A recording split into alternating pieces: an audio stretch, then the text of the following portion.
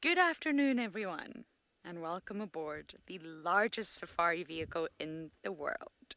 This is the very beginning of the sunset safari, and we're starting with the moon. In its waxing gibbous phase, looking glorious up there in that blue sky, which is starting to feel like summer, really bizarre, but it is winter here in South Africa. It's just really hot right now. Good afternoon, my name is Lauren and Owen is on camera. Yes, good old OD. And I'm excited about this afternoon. I don't know what it's going to bring, but we do have a lilac breasted roller over there. We had the moon, we got a bird. It's a good start. And while we admire the bird, allow me to tell you it is not just me out and about on safari. It never is. There's a whole team of us. We do have Cedric and Juma, the other half of my team. And we do have Trishala, the beautiful Trishala down in Madikwe. And we have Liam over in Pridelands this afternoon. So I think it's going to be a good drive all round. But just remember, it is live and it's also interactive. So please do talk to us. Comments, questions, topics, ideas, theories, whatever you like. You just need to head over to the website, wildearth.tv, and as long as you've registered, you can ask away. Isn't that right, Mr. Lilac Breasted Roller? There's a nice breeze coming through. I'm going to relish that because it really is hot.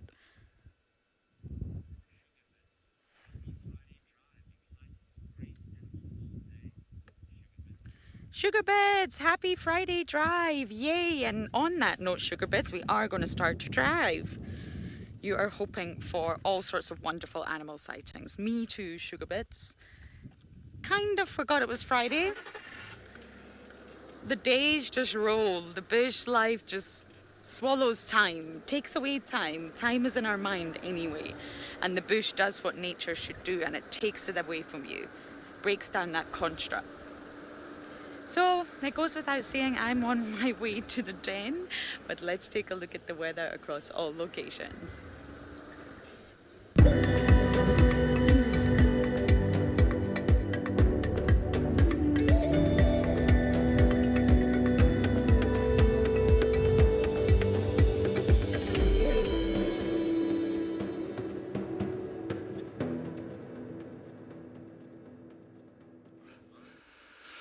Thank you, Lauren. Yes, I'm sure you're amped to get to that hyena den. As you can see, we have started this sunset safari with some nice female kudus that's just moving around and busy feeding on some of these beautiful little bushes.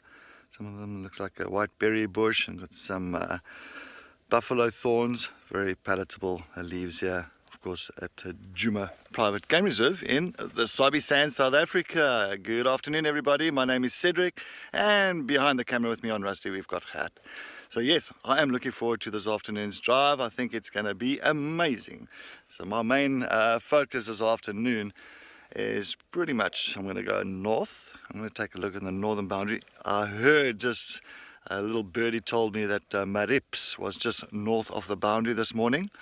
And so I'm going to try and follow up on him. So of course, when I'm talking about Marips is a young male leopard that a lot of us do know very well. But for now, we are just going to enjoy these kudus, these females, all the ladies. A nice little harem. Quite a few of them around here, but we can just see two so far, but there's at least maybe 7 or 8 of them together. When it comes to family structures with kudus, like the females, of course, they're all related.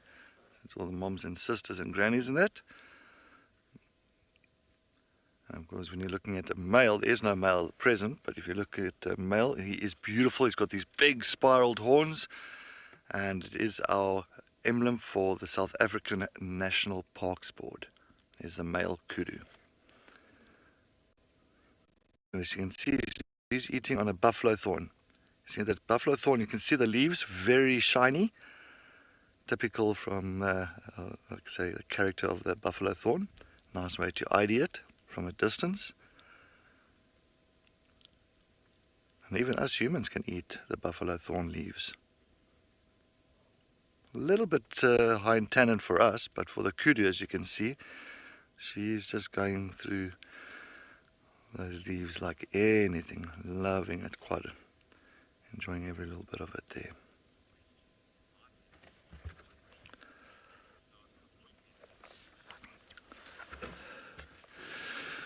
Martin, you'll find the male kudus will start competing at around about 2.5, 3 years old. That's when they start getting a little bit to that point where the females will eventually, or the males, if it's a dominant male that's taking over a harem, and if there is a young male at that age, he'll push him out, and then those young males sometimes will join other males, like a little bachelor herd. But then proper competing will be in a little bit, maybe another 2 years after that. But yeah, it's... Of course, your larger, bigger males, they will be the ones that'll be more dominant. Thick necks, long horns, big bodies, everything like an elephant. Same thing. Elephant that's got a big body and much older, more experience. Well, of course, they're going to have, I can say, the advantage over the younger ones.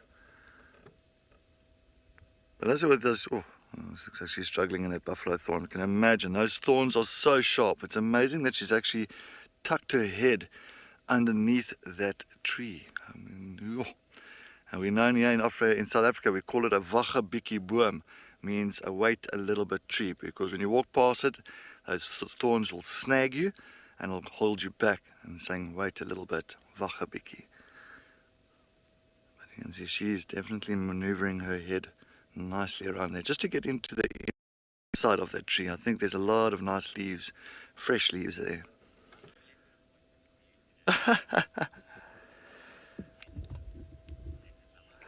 A leopard lover. You say you made 2 appointments with the leopards this afternoon. One's confirmed and one's pretty much, I can say, pending. Well, leopard lover, which one is confirmed? I'd love to know. Please let me know. But thank you for thank you so much for the appointment. I'd like to know the address of that appointment, because it'll make life very easy.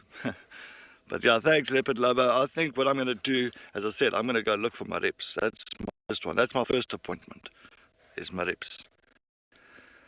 So he was finishing off a kill this morning. Some small antelope. It was just pretty much remains of a kill, but it was still inside Buffelshoek, about 150 meters north of Djuma, or the Buffelshoek cut line. And we're going to take a look. Oh, well, we're going to do that. Let's head over to Pridelands as Mr. Pilot himself, Liam Burrows, wants to say good afternoon to everybody.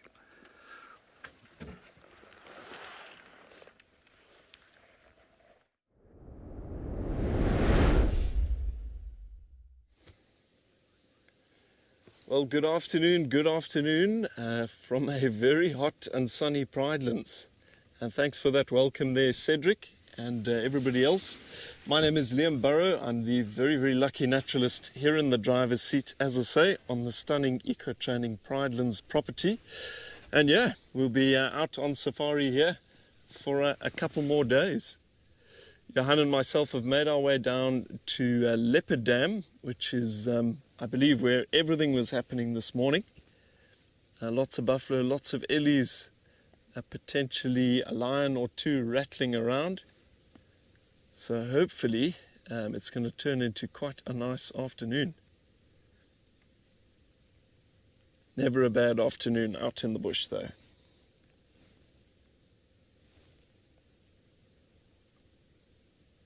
Yeah, just stopping to do our intro here on the dam wall. It's also a nice opportunity to have a bit of a listen to the bush.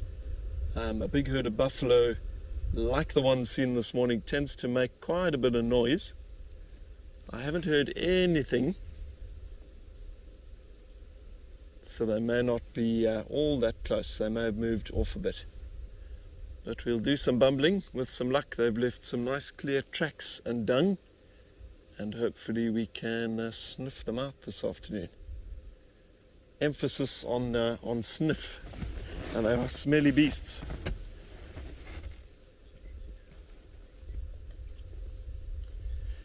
Donda, I think it probably is. all of the water holes on this property seem to have big 5E type names. There's Ndlovu Dam, obviously right at our camp. Nyati Pan, I think it's called Nyati Pan. Buffalo Pan off on the one side. Leopard Dam here. I'm absolutely certain that leopards do visit, though I haven't seen one at the water here myself. Lots of tracks though, but thanks for that quizzy. I think with no further ado, let's crack on.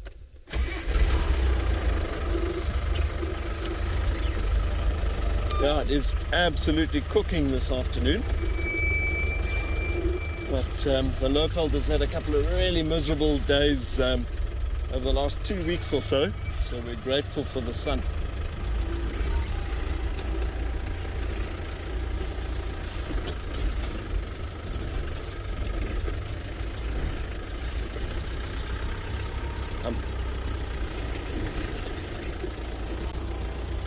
Thanks very much, Michael.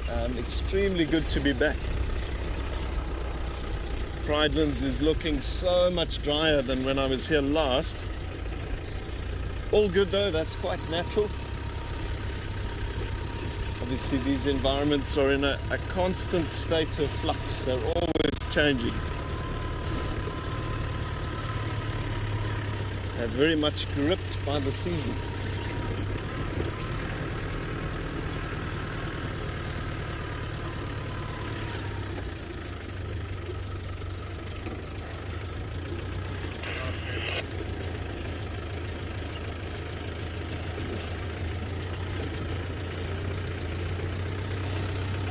Yeah.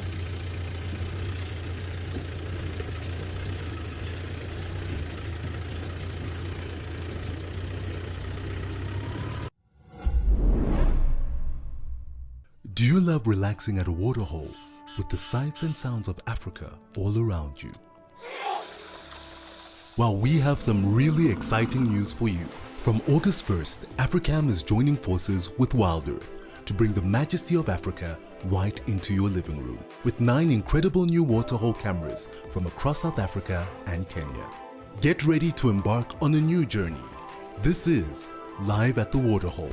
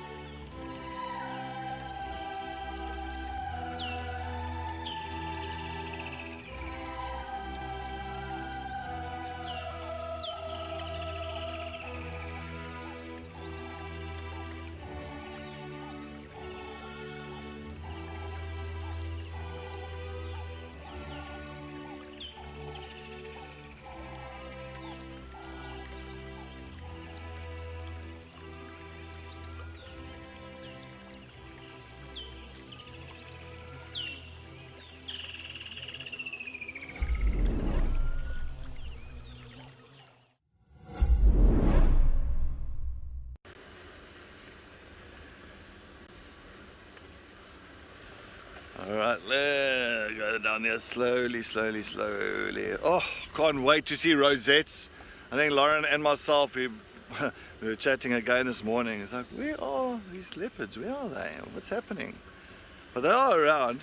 That's a quite interesting information. I heard from some guys, it sounds like they saw on the Mala Mala boundary, Langa and Ngobotswan. So Langa, female leopard, and Ngobotswan, a male leopard, mating on Mala Mala boundary. Of course, that's very far from us, all the way south. So yes, can you believe it? Langa, wonderful girl. I think what Langa is now, three and a half. So it is pretty much time for her to mate. So yeah, that makes so much sense. So let's watch this space for all that. But it just shows you Langa's on Mala Mala boundary in that area, and that's mom's territory, Sibuyi. So Sibuyi is that side.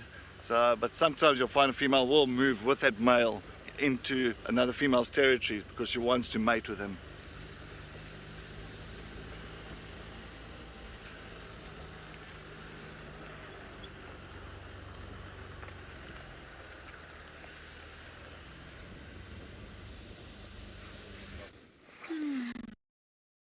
Hello everybody, it's me, Trishala, and I've got Lauren, and welcome to Madikwe Game Reserve. We're quite excited this afternoon because I got the lowdown on where or at least where we think the brown hyena den might be, and it's in the general area that we are moving in, and also a general area towards the bat cave. So I'm quite excited to get maybe some brown hyenas today, hopefully some bats, and then if I could get the trifecta of spider as well, that would be fantastic. Anyway, there's not much happening. Obviously, it's this time of the day, so it's kind of the heat of the day. So it'd be nice if we could find a dam or a little water hole close by. We did see some elephants earlier just kind of crossing the road, but you can see it's really dry, really dry. So a lot of the water holes that we have been visiting, like I drive up to it and then there's not much there. It's just kind of mud. But we're going to hopefully find some water. And then Greta, hello Greta, thank you for joining us. You'd like to spend some time with Elise. Well, if we end up at a water hole, that would be great. But I must say that we've seen a lot of elephants around, and there is a high density of elephants in this area. So I think that we're definitely going to be able to get you some time with elephants.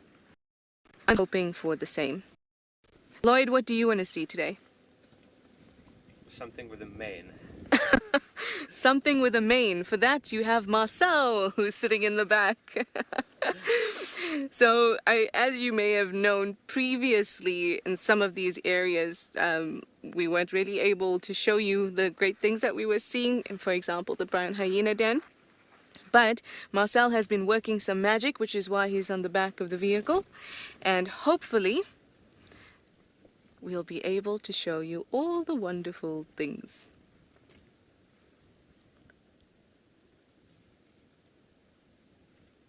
It's getting a little bit breezy, but it is really nice and warm. So we're going to have to wait until the sun sinks lower in the sky. It starts to get a little cooler, and then we might see some movement of all sorts of animals. Whatever it is, I'm excited to be here. I'm excited for all of you to be on board too. Let's just see what the bush is going to give us this afternoon at Madikwe. Anyway, let me send you all the way back over to the Lowveld to see Liam and see what's happening on his side.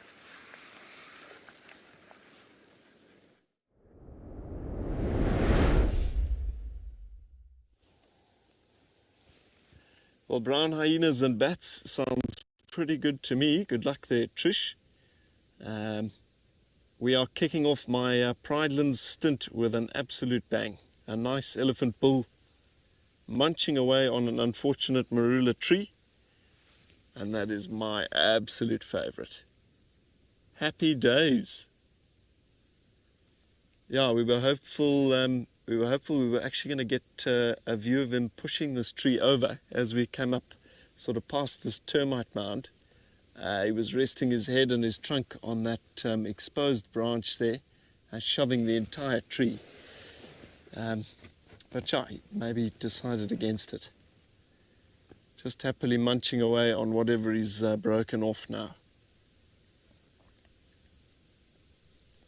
They are extremely, extremely destructive feeders, elephants. And unfortunately, the iconic marula tree seems to take the brunt of a lot of that. Everything in balance. Elephants are not bad, but an overconcentration of ellies in an area can be disastrous for the trees. Jessica, ellie trumpets can mean various different things. They'll often trumpet out of excitement, running down towards a waterhole.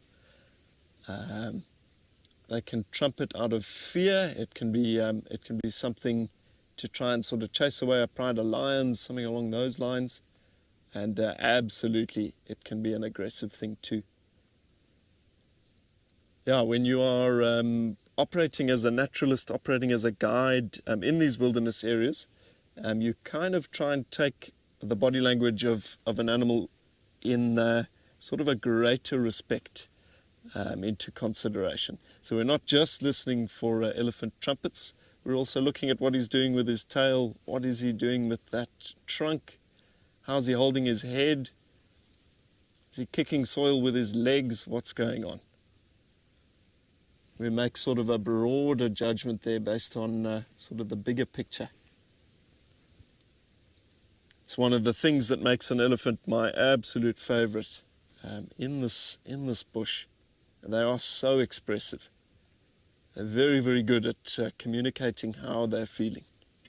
And if you are tuned in properly, you can operate really nicely around them.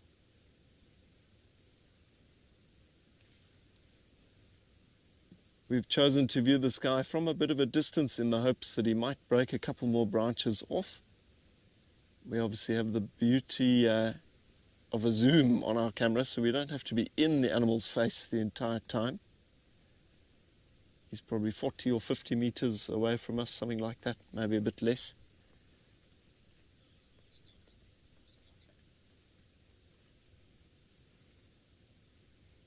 Oh, and we found that tends to pay off quite nicely. Hi, my name is Claire. WildEarth has been part of this home for many years as it connects us to the bush and the culture that we love and miss so much. I became an explorer so that other people around the world can get to experience the African bush in this unique way as well. I am beyond excited that I was drawn to win the prize at Ambakala Game Reserve for 3 nights. It is truly a dream come true. Sign up today and you could be the one experiencing it for yourself.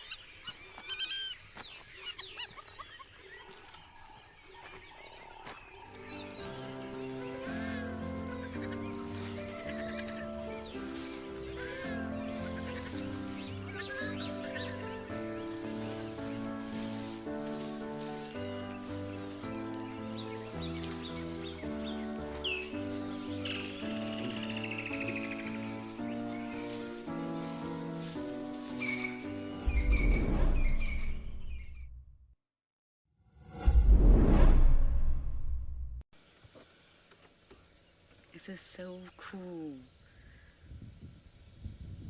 Used to see these at Chitwa a lot, the saddleboat storks. But I haven't really been going to Chitwa anymore. The signal's not so good there. And I haven't seen one in a really long time. The woolly-necked stork is hanging around the other water body that we have, but not the saddleboat.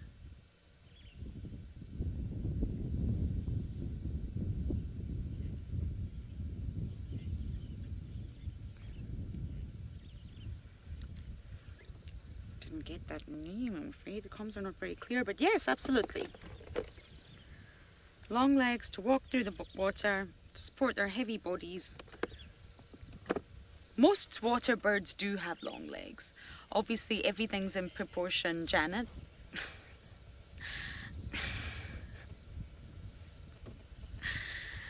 But yes, they do have long legs for that reason. It gives them the ability, just like the heron, to stand remarkably still, not disturb the water column too much, and look down from above to see if they can see that glimmer of fish or movement of insect. But they do have particularly long legs.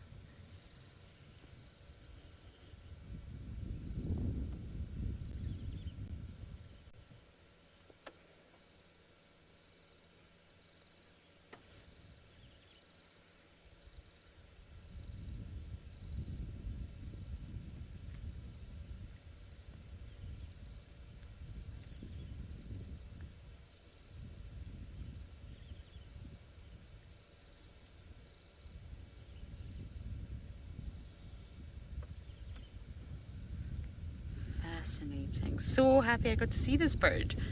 But we're going to head den, we're den bound, and you guys are heading over to Liam.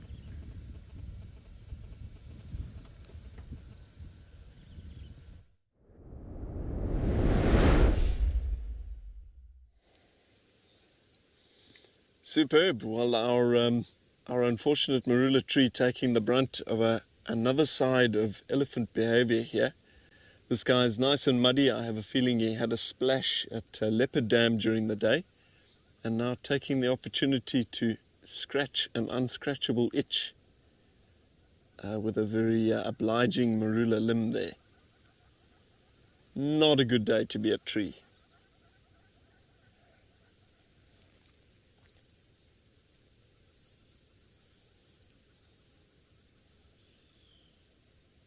Maybe we're lucky and we see this guy push this thing over. I don't know. Check it out.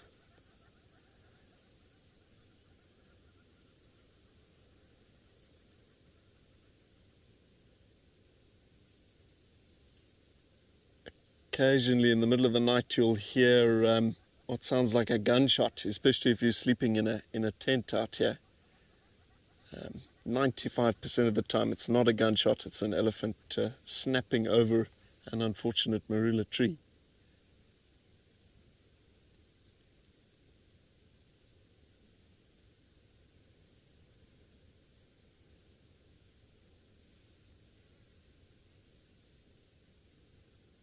Now, I mentioned in the previous segment it's all healthy.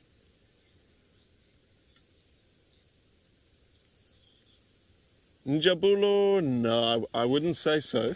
I've never actually seen an elephant use its hind legs for defense. They do have the ability to kick. I've certainly seen them kick a youngster or sort of kick a ball of dung. But no, the sort of big defense of an elephant is the trunk, the tusks, the head, and probably more likely the front legs. If you were to be sort of attacked by an elephant at very close quarters, their modus operandi seems to be to knock a person onto the ground, and then they'll actually bend their front legs, kind of go down on their knees or their wrists, so to speak, and they'll actually try and squash you with their forehead and the tusks. Not a very nice position to be in. Thankfully, though, when they are sort of kneeling down, oh, check it out, really stretching there, they're pretty cumbersome. So there are lots of stories of people getting away from an elephant in a cloud of dust as it's fairly blindly stabbing away at the ground.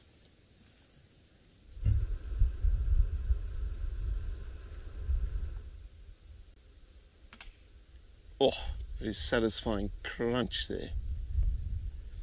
Might not look like the most appetizing branch, but the cambium layer, the layer just beneath that outer bark, is full of nutrients. Lots of sugar, lots of moisture, and plenty of cellulose. Something that an elephant can break down, but we cannot. Plant cells.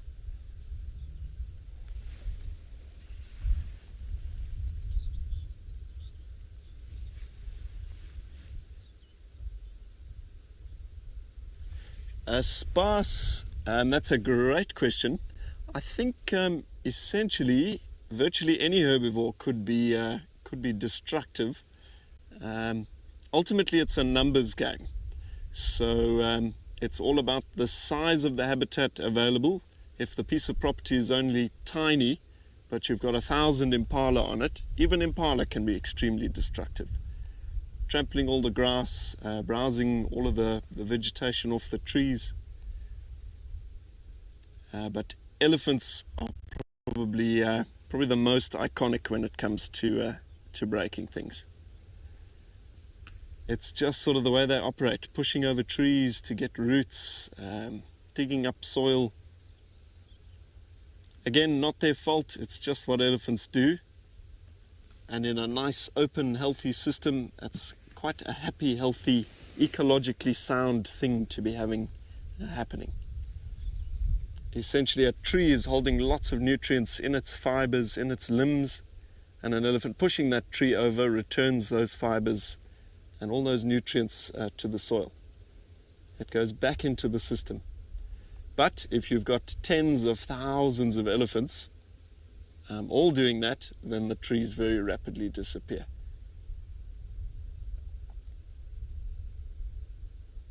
The big key to keeping that all nice and healthy, nice and functional, is giving elephants the ability to move. And they naturally want to walk hundreds of kilometers. They'll break trees here and then they will go somewhere else.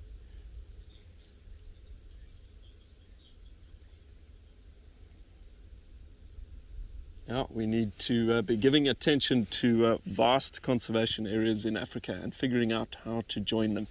And that's the future of protecting these wild spaces and places. Anyway, as Johan and I ponder elephant dynamics in the greater Kruger, let's pop over to Trish, who has got something a little smaller.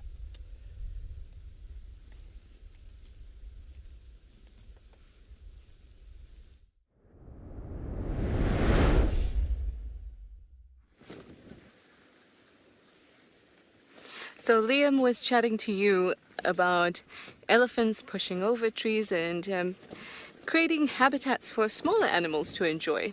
Sorry about the wind, everyone. Things are flapping about. But look at this squirrel. Definitely making use of this tambuati that may or may not have been pushed over by an elephant. But regardless of how it got onto the ground, you can see that it is of great interest to this tree squirrel or Smith's bush squirrel. Now I'm finding it quite interesting. For one, it looked like the squirrel is just having a bit of fun. It's been jumping about and hanging upside down, and it looked like, oh, excuse me. Put the radio off for a moment there. See what I mean? Oh, this tambuati as a jungle gym.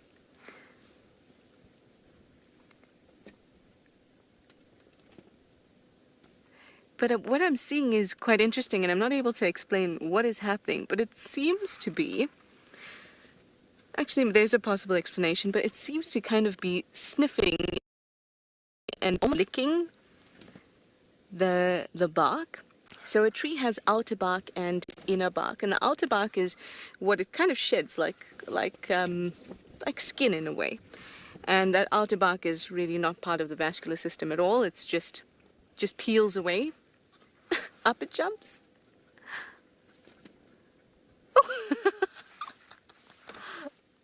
Oh. and we've lost. Oh, it's all the way at the top now, but it's a little bit difficult with the sun. The sun is right behind us, or right behind the tree rather. It's making it a little bit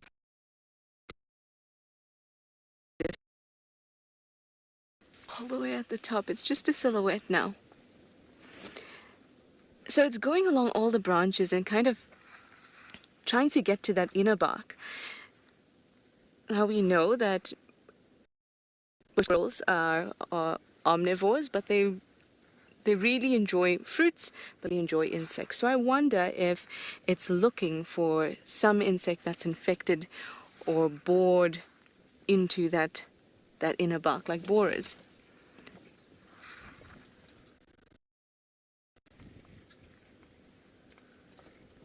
And that's an interesting question. You'd like to know, why don't we see a lot of squirrels together?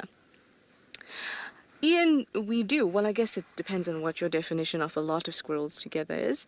We see family groups of squirrels. For example, the Smith's bush squirrel, the tree squirrel that you're seeing here. They live in family groups, and that may be, well, it's usually a mum and her little ones, her youngsters. Occasionally, it's a 50-50 of whether the father will be there or not. So we do see them in groups like that. Other times that we'll see them in groups is in an area where there's a good patch of feeding. So maybe there's some nuts strewn on the floor or some fruit. That's another time we would see them all together. And in fact, the majority of squirrels live in either close-knit family groups or extended family groups. Hardly any are really solitary. So it might just be a matter of where we're looking at the time. And remember that just when we talk about family groups, whether it's a family group or an extended family group, we would usually see that when they're resting. So when they all go back to their little burrow or little tree hole. Otherwise, when they're foraging, we won't necessarily see them all together, but usually on their own or in pairs.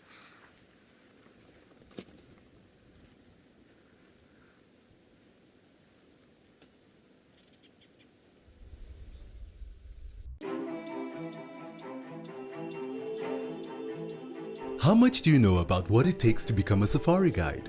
How much do you know about being a game ranger? In celebration of World Ranger Day, we are hosting a fireside chat. Come along for some interesting discussions with our naturalists and special guests. From game drives to bushwalks and everything in between, we're unpacking how to become a safari guide. WildEarth, it's in your nature.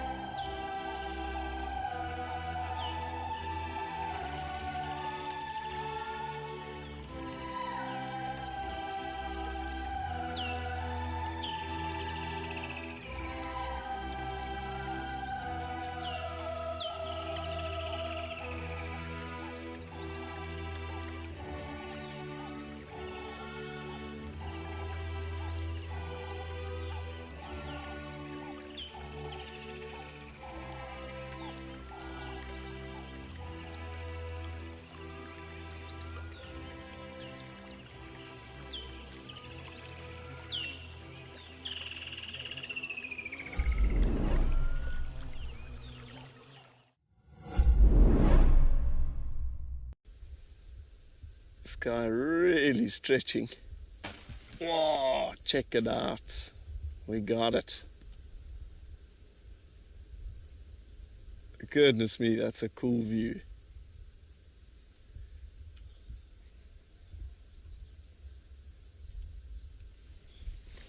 Rose, absolutely, it is completely stunning.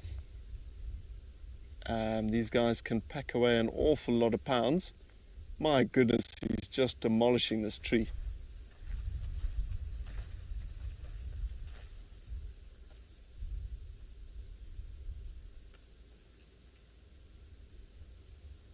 Yeah, very methodically just dismembering this poor marula. I don't think there'll be much left.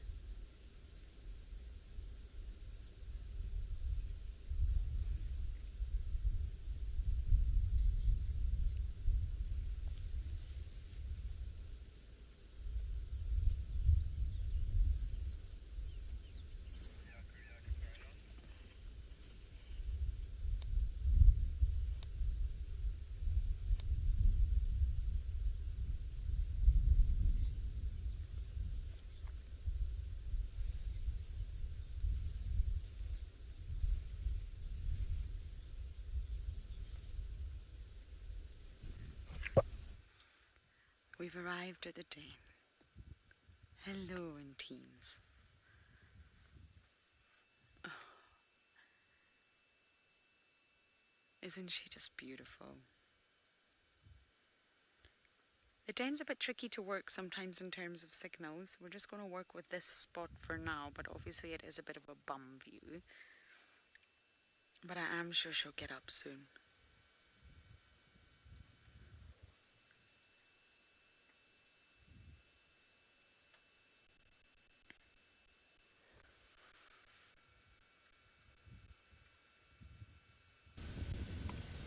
Sorry, I was just listening there. I thought I heard a squeak. I'm probably going crazy. But she was here this morning. She's here now. This is very much early motherhood for Ntima.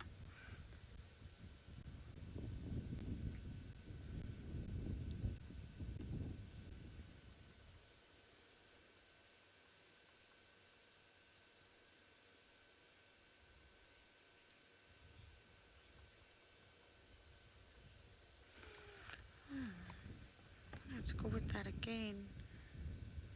FC.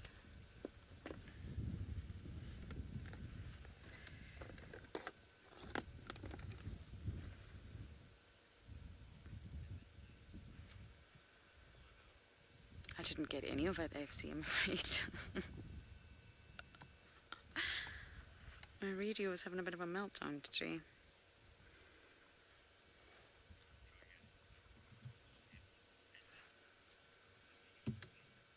Alyssa. I don't know. I'm not sure. Just the reason I'm not sure is the way the Dane is. So if any of you do remember March 2020 when we did find ribbon with who became Ngwazi and Shimbulu, the den wasn't so deep as it is here, and we just had a better visual into that entrance. So whenever ribbon was suckling, the little ones actually were not too far away, whereas here, this entrance, when Ntima goes inside to suckle, you honestly can't see her. You would think it's a completely empty den. It's that deep. So I'm just not sure for that reason. We might hear them. We might hear them squeal for mom. But I don't know if we'll get a view. I hope so, of course, but I'm not sure.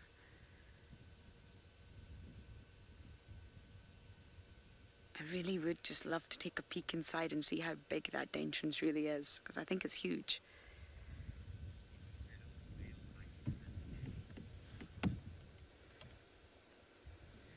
Oscar, we do.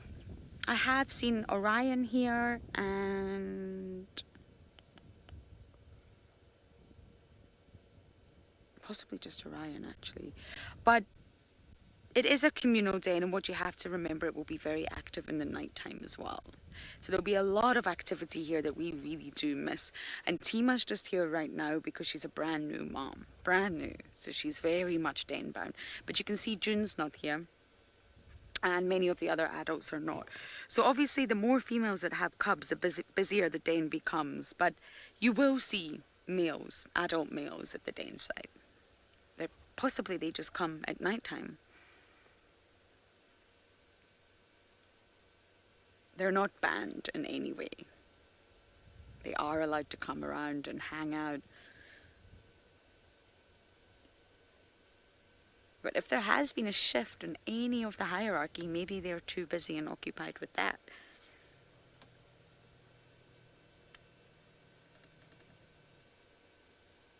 I would like to arrive here one day and just see everybody, but I know that's not going to happen.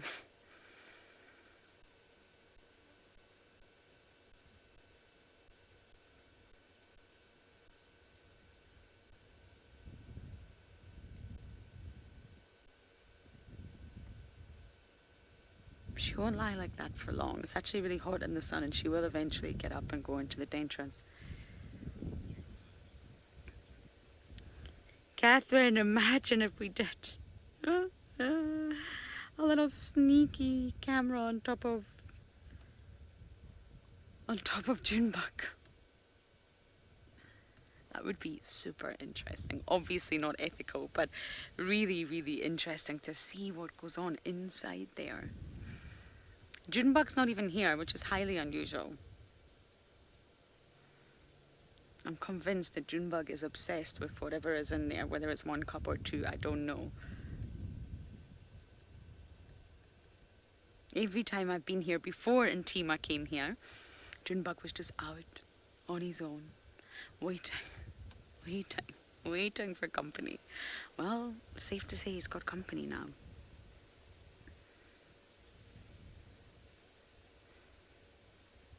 The mystery will be revealed, and obviously I'm hoping it's when I'm here. I'm hoping I get to see Tima's litter. But I think it's just going to take a little bit of time.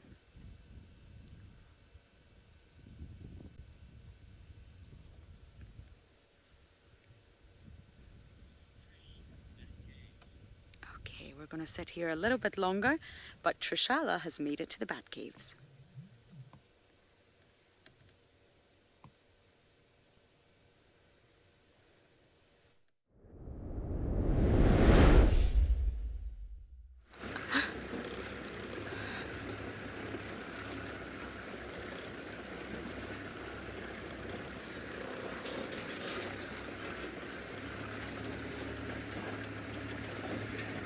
And the moon now. Ooh.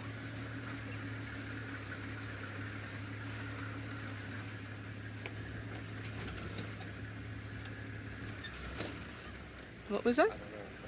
I'm breaking up all the time.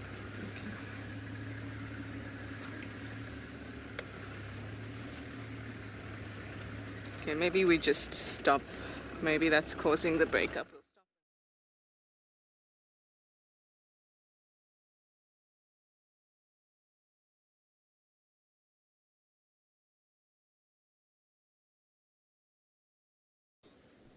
Oh, hello.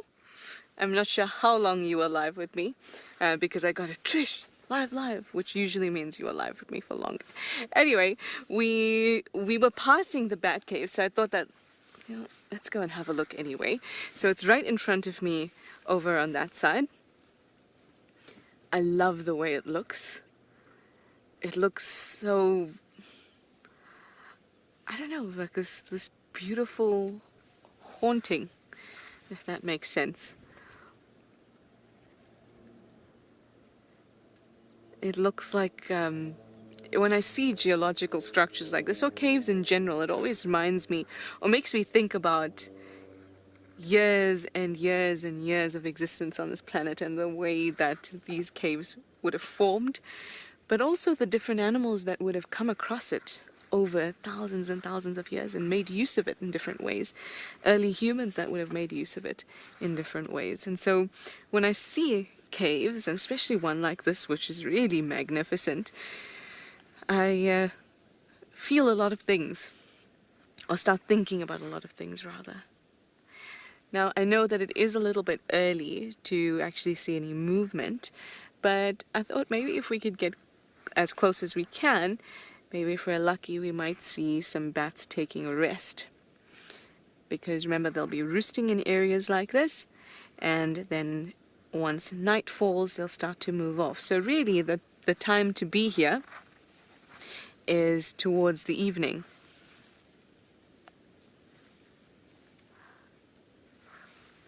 Hi, Daniela. I'm not sure if I heard this incorrectly, but Jarrett, our wonderful director, will help me. You wanted to know, or you say you wonder what kind of birds stick around in this area, but I'm thinking you meant bats. I'm also really keen to see which type of bats we will see here. Oh, no, birds. Well, I don't know, Daniela. We'll just have to go and find out. In fact, I don't even know what birds would hang out in these caves. Probably not very many, but we've just got to go and find out, because there's going to be plenty of birds on the fringes out in the open. But in the cave itself, where there isn't a lot of light, and so not a lot of warmth, and definitely not a lot of fruit and stuff like that, seeds, but there could be quite a bit of insects. I don't think that there will be too many birds hanging out in there. But we just have to go and have a look. Now, it's quite bumpy here, so I don't want to move off until you've left me. And we'll try to get as close as possible. So I'm trying to figure out what bats the bats that I'm most familiar with are the free-tailed bats. And those are the ones that we see in Djuma quite often. But yeah, let's just go and have a look and hope that my bat knowledge is up to scratch.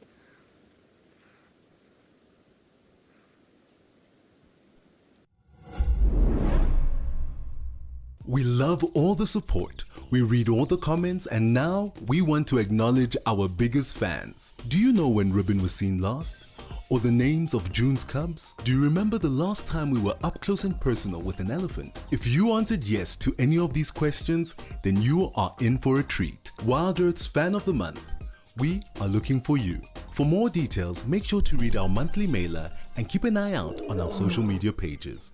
WildEarth, it's in your nature.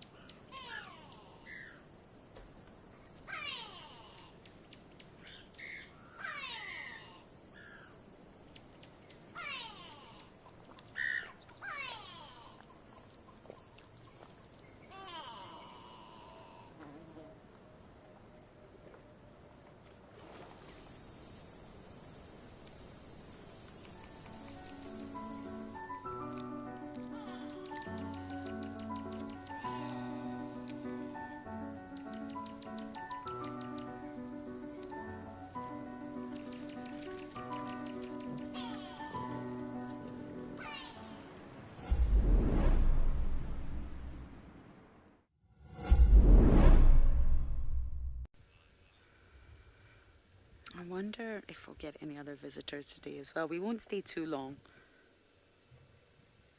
Don't want to always just be at this den, but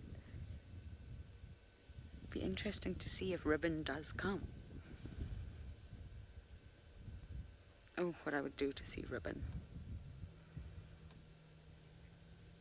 Ribs, where are you?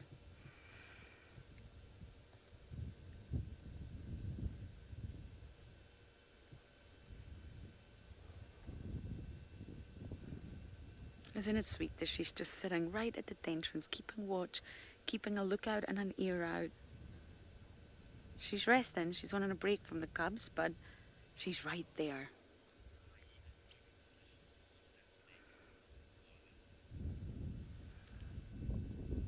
Carla, you find the hyena sleeping position so fascinating. I'm not sure if you mean because she's right at the entrance or the positions she's in. I think it's quite a normal position. But yes, they can sleep in some very awkward positions when they want to. I think hyenas love their sleep.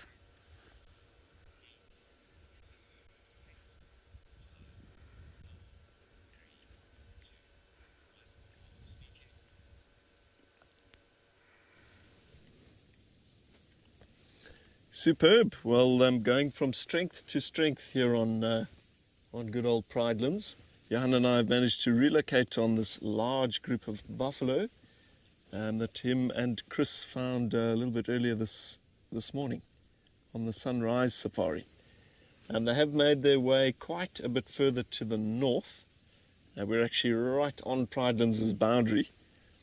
So I reckon within the next 30 or 40 minutes, these buffalo will be gone into Njijane, property to the north. And that's property where we don't traverse, we don't go. So we are very happy to have them for this segment at least.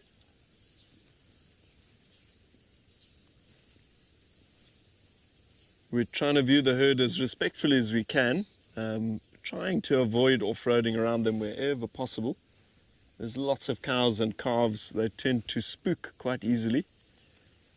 And if we get the entire group running, they could be gone. But yeah, we'll happily reposition in perhaps a couple of minutes if we can't get a nice clear view. But it doesn't look too bad.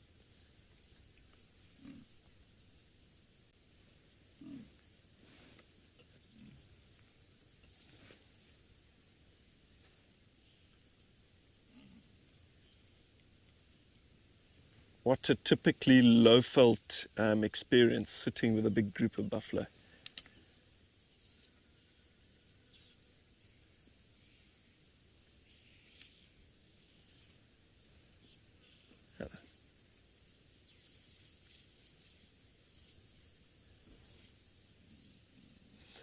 Scarlett, I would think they probably would.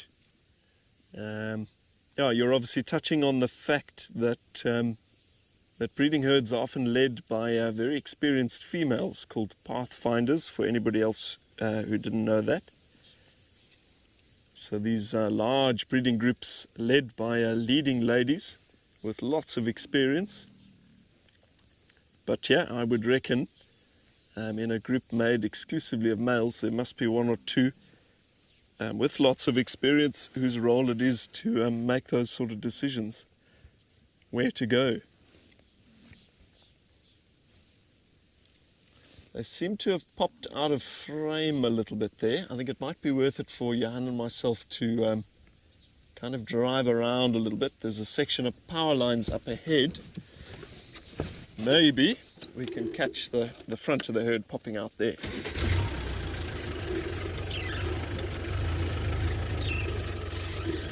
It's turning into an exciting afternoon though. What a pleasure.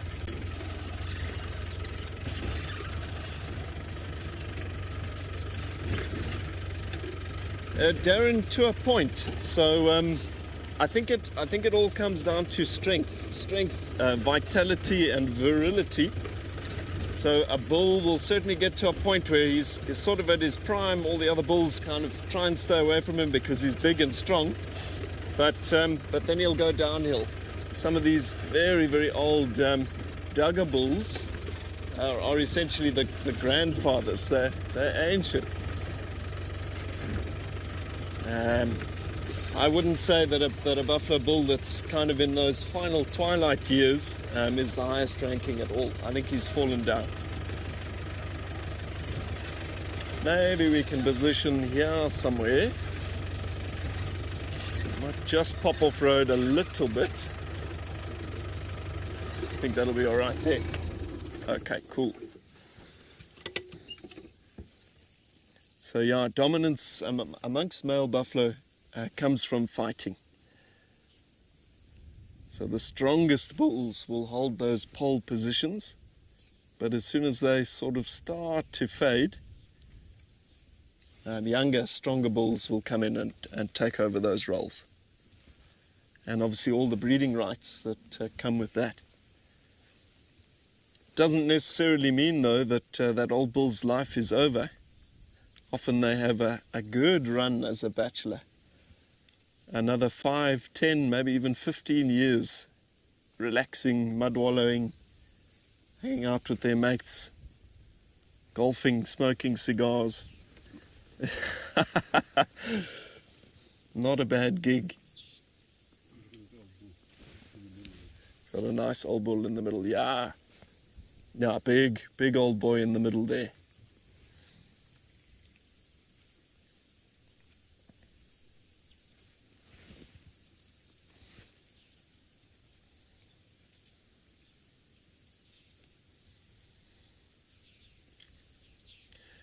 Oscar, I think, probably more likely to tackle these large breeding herds, especially at this time of the year. There are a lot of youngsters which will be taking strain.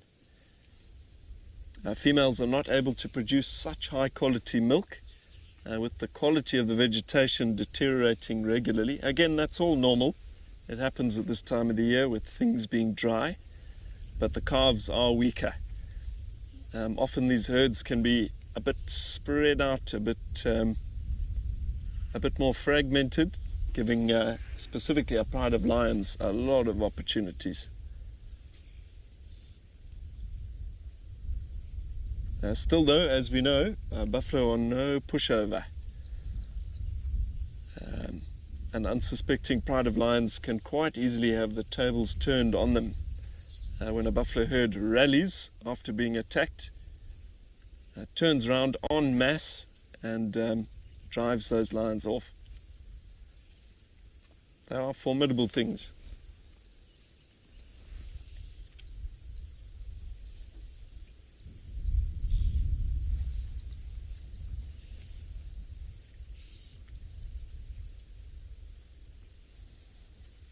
And the sky absolutely full of oxpeckers. That's also one of the nice things about being with one of these big groups.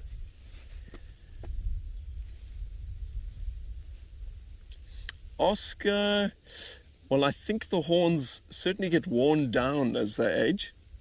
You can see much older bulls sort of in that, as I say, twilight period, right at the end of their life, that actually have no curls to speak of at all.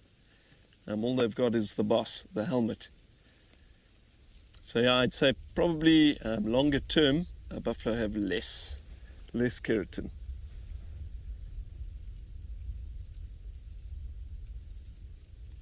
And quite different to the horns of things like deer, moose, etc. in the northern hemisphere. If a buffalo snaps its horn off, and the same is true of kudu, waterbuck, impala, all of the antelope we deal with, if that horn gets snapped off, it will never grow back. Must be an extremely painful thing, because that horn has got an immense blood supply. It must have lots of nerves in it. But they're tough old things, the buff.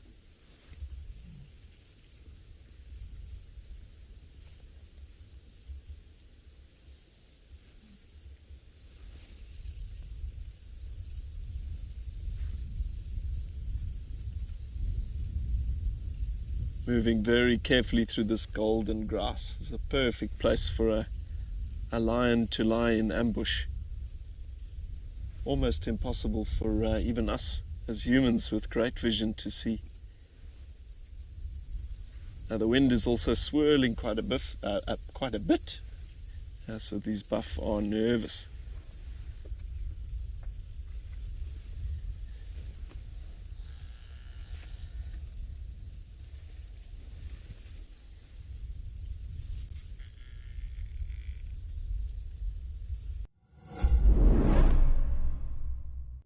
Are you yearning for a private virtual WildEarth safari adventure with our naturalists and crew? We have got you covered. Sign up to be an explorer before the 15th of August and you could win a private safari experience. Make lifelong wildlife memories with either Steve, Thank you for joining us and have a fantastic morning. or Cedric.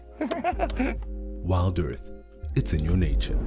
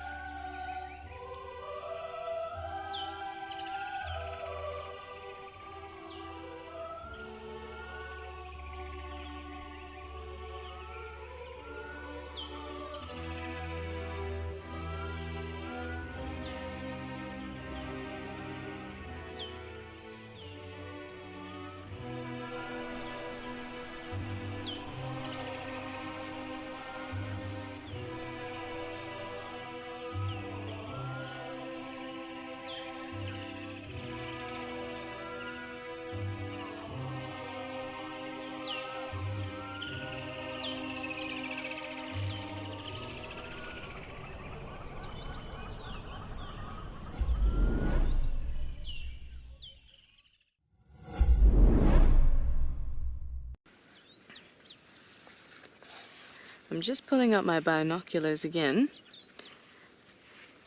See if I can pick up on anything in the bat cave. Lloyd, I wonder if we can maybe move into that middle section and see if we can give the viewers a good look.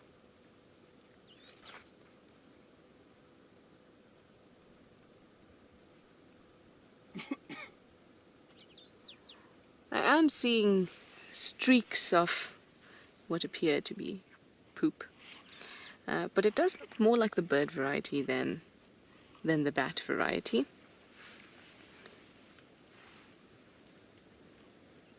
And we did see some doves kind of nesting. You know, in the bush there's very few places where where you're not gonna see doves. They know how to make a space for themselves. Even if it's amongst the bats. Something feels very leopardy about this area as well. It's secluded, it's quiet, lots of spaces to relax, lots of places to hide.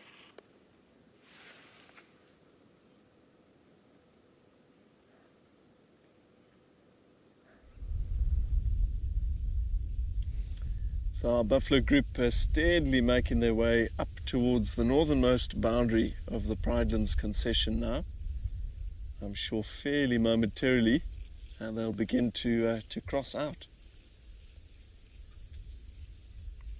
But it's a fairly fairly regular movement that they do. And they cross out to go and visit a couple of water holes, test the grazing to the north, and in a couple more days they'll be back.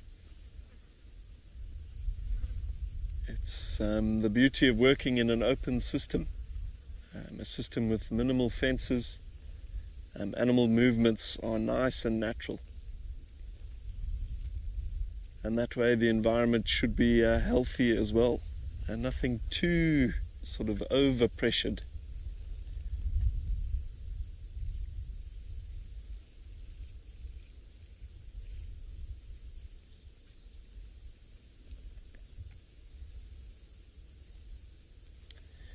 Michael, I'm going to have to speak under correction there. If I'm not mistaken, I think it's 11 months for a buffalo. Yeah, it has been a good few years since I studied animal gestations, but 11 seems to stick in my mind. Yeah, pretty long. But when you compare it to something like an elephant, 22, 11 is not all that bad. Buffalo also breed throughout the year. We do occasionally even see newborn calves in the height of the dry season.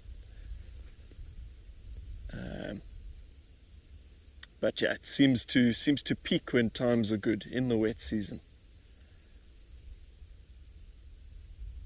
Jarrett in our final control, or our master control there, says it is indeed 11 months. So I'm not that rusty. That's that's good to know.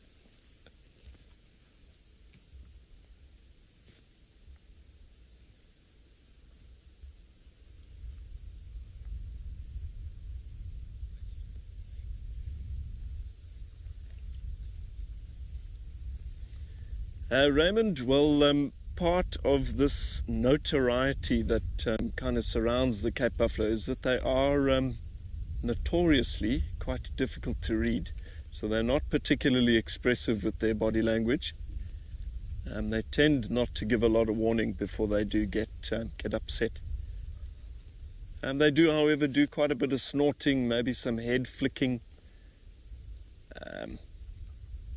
Yeah, if you're that close to buffalo, I guess you'd even see tensing muscles, that sort of thing.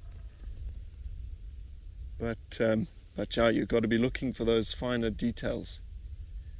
It's also very easy to kind of get distracted in a group of 100 or 200 or 300 and not notice that one individual is injured. It's getting quite cross. So yeah, we've got to keep our eyes and ears open.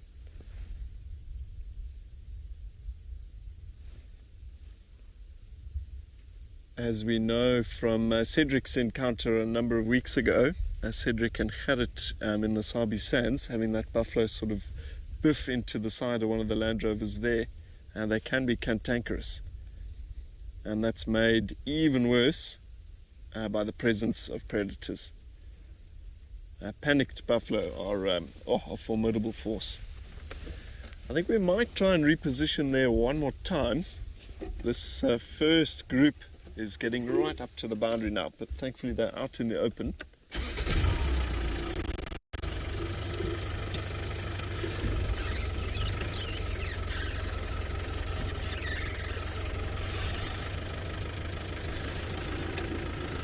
So Holly, very often if lions have the benefit of a couple of pride members to sort of each take up individual roles on the hunt, you'll find the initial jump will probably be up onto the back with something like a nice young healthy lioness munching into the top of that buffalo's shoulders with her teeth and trying to hang on to his shoulders with her two front paws.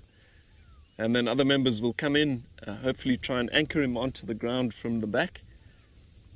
Once that buffalo's hind legs are sort of incapacitated, once it can't get up, an individual will swing around to the front and try and place its jaws right over that buffalo's muzzle, blocking its ability.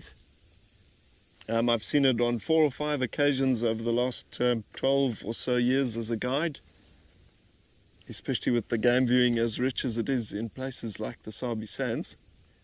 But it can be a really brutal thing to watch. And it all sounds efficient the way I've explained it, boom, boom, boom sort of steps. But it can take 40 minutes, an hour. Yeah, there's a whole lot of suffering for that buffalo. It's not the nicest thing to see. I've had guests on safari get very, very upset.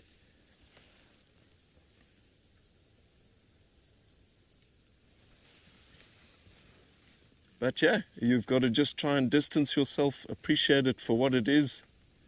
It's a beautiful and very rarely seen sort of chapter in both a lion and a buffalo's life. And if it does happen, we are very, very privileged. But yeah, we take no joy in watching an animal die. I certainly don't.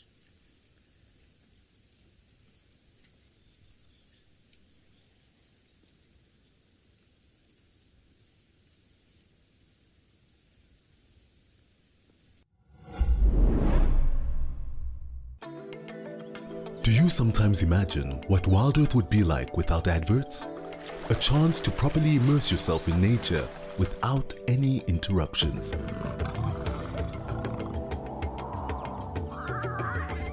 Sign up to be an explorer for a small monthly fee and you can truly escape into the wilderness. Ad-free viewing is now available on our app as well as on our website. WildEarth, it's in your nature.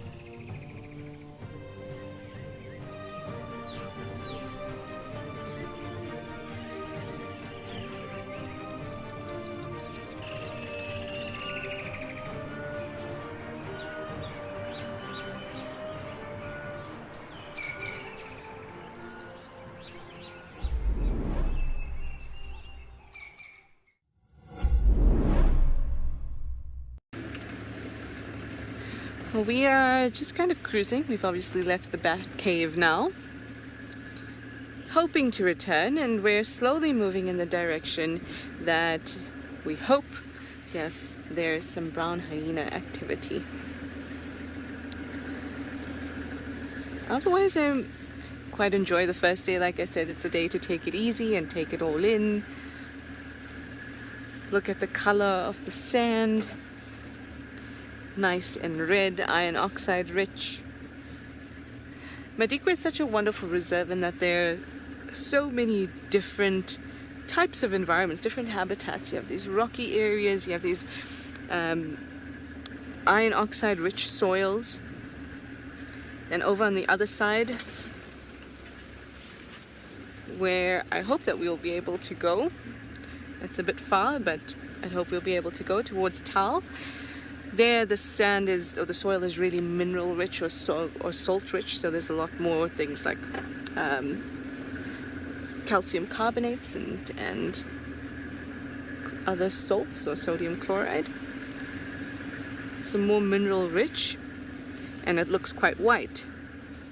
I like looking at all those things, and also, like I said, Madikwe is full of different types of little habitats, which means that there's also different types of trees and also little creatures that inhabit it. Like this fly that has decided to stick around.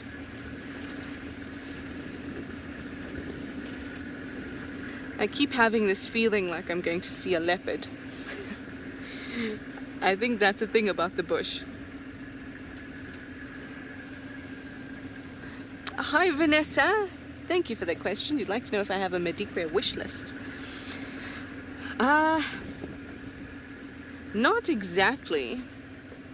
I do really want to see brown hyenas though, and I would really like to see brown hyena little cubbies because, I mean, why not?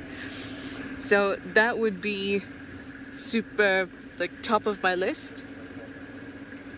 But other than that, nothing specific. I just love being in a different environment to see the different ways that animals are using the habitat. I mean, for example, I've been looking at, we see impalas across the different reserves in southern Africa, or across Africa, the most numerous antelope in this area. And the ones that I saw a couple of male impalas here, impala rams, that looked, their horns were really, really wide. We're just going to have a quick look at these hornbills that are busy in a rhino midden. So that's what I'm looking for. I'm looking mostly to just see how the same animals are existing in a different type of habitat and environment. And I just love being out in the bush and learning and experiencing. And look at these guys feasting away. Got a red-billed hornbill and a yellow-billed hornbill. I love it when they flick their heads back to toss whatever they've caught at the tip of their beak into their mouths. Now, interestingly, for birds that look so similar,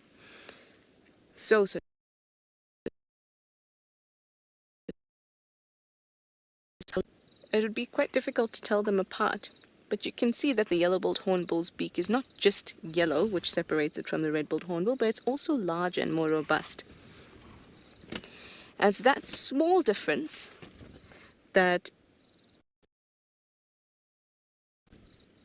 less in competition than you would imagine, because a yellow-billed hornbill can take vertebrates that are slightly larger than what the red-billed hornbill can take. And that little difference is what can separate them as competitors just a tiny bit. And sometimes that's all you need to persist.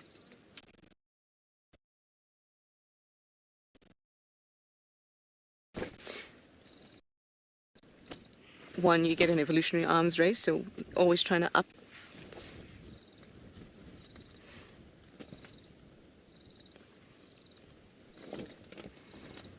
Look at this guy.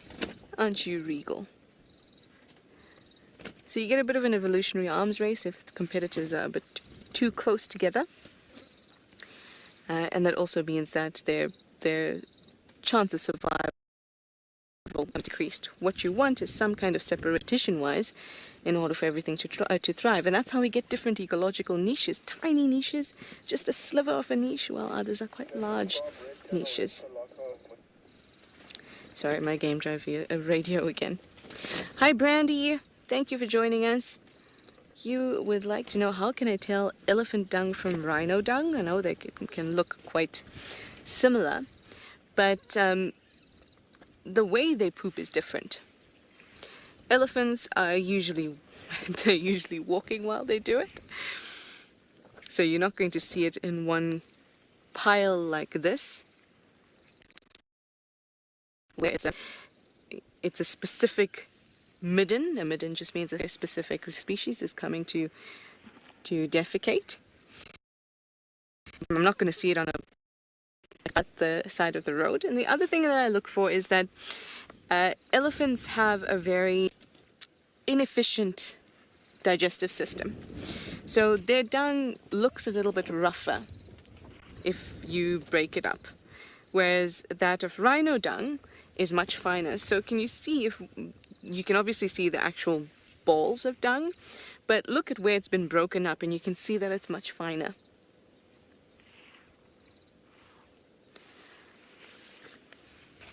The other thing is that rhino dung tends to be darker.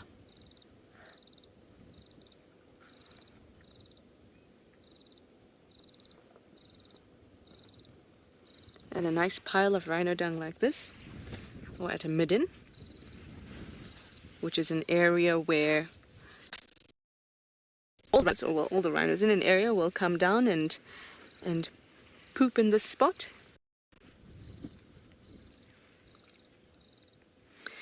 And so it becomes, I know that this is something that we a lot, but it's true, it becomes like a little bit of a rhino signboard or a newspaper. It gives information to other rhinos in the area about the rhinos in the area, whether she's an estrus, whether she's had a calf, whether there's another dominant male that's coming through. All that kind of information can be deposited at the midden. So a lot more is happening when it comes to rhino poop than elephant poop. And also a nice hot spot like this, quite literally. Great place for dung beetles. And remember, dung beetles come in all kinds of shapes and sizes.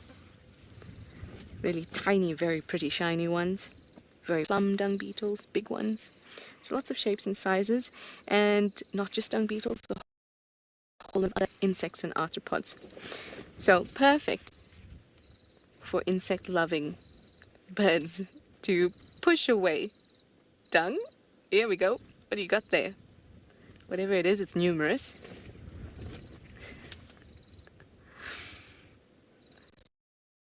Hi, Alicia. You would like to know if birds use dung to make it stronger. Do you mean the dung of other animals or their own poop? Now, many birds do use their own. A good example of that are penguins. Penguins make their net out of guano, which is what we call penguin poop. In fact, that's the way that they would originally make their nest before guano became the thing that people started to harvest for all sorts of purposes. Maybe you've seen ads for guano fertilizer. That's bird poop fertilizer. But you'll find that, like for example, chicks in a nest, a lot of them will turn their bottoms out of the nest and defecate outside of the nest in order to keep the nest clean. But I don't know if birds using other animals' dung fortify their nests. But actually, I'm going to think about it. Anyway, let me send you back over to Liam. It was Liam and his buffalo.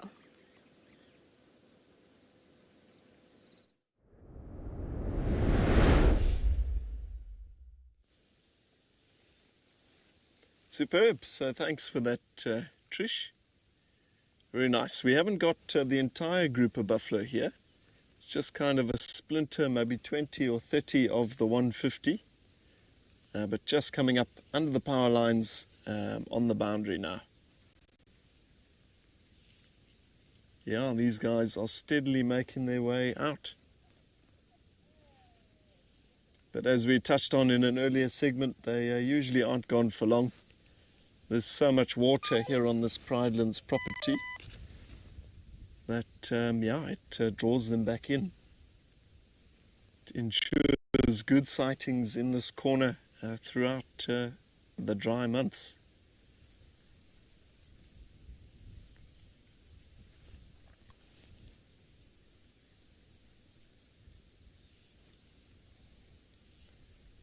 Well, Cindy D, I would say any more than one, really. You could say that 2 buffalo bulls are a bachelor herd. Now, I'm not sure, that might not be 100% scientifically correct, but that makes sense in my mind.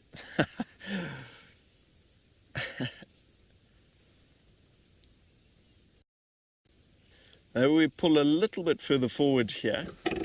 These guys do seem to be kind of pushing a little bit further east there.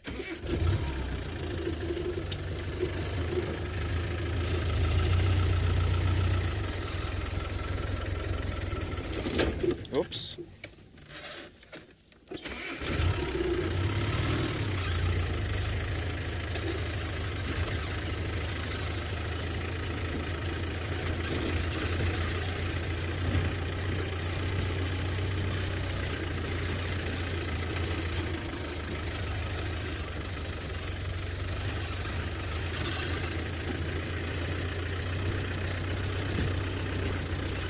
Yeah, I believe the guys had a few issues with signal in this area this morning, so hopefully, whoops, it hangs on for us this afternoon.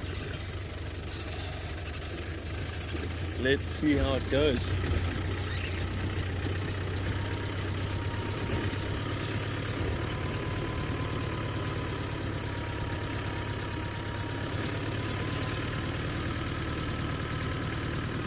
Just get ahead of these guys a bit. Yeah, more of the group coming in.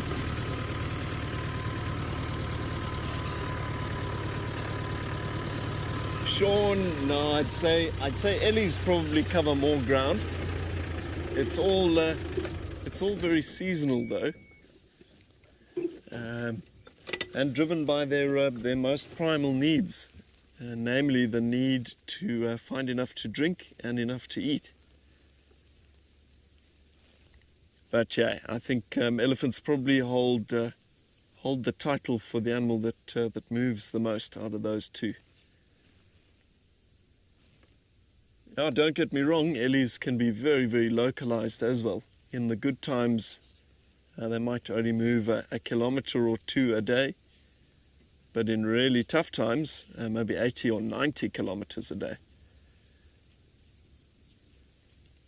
A buff, I'd say maybe half that to about a third. But both species highly, highly dependent on water.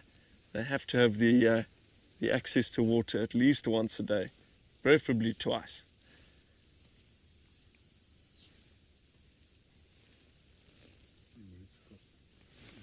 Oh, there we go.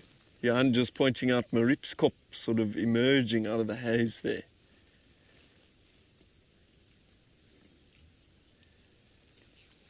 Pete, the bovine TB issue has been sort of long held here in the Greater Kruger. Now, the R40 road that gives us access to the town of Hoedspruit is referred to as the Red Line. So buffalo that occur in the Greater Kruger and in any of the private reserves here are referred to as diseased buffalo. Whether they've got TB or not, and they're not allowed to be moved anywhere over that red line, over that R40. Buffalo up towards places like Madikwe, I think they have them in Amukala, those are disease-free buffalo.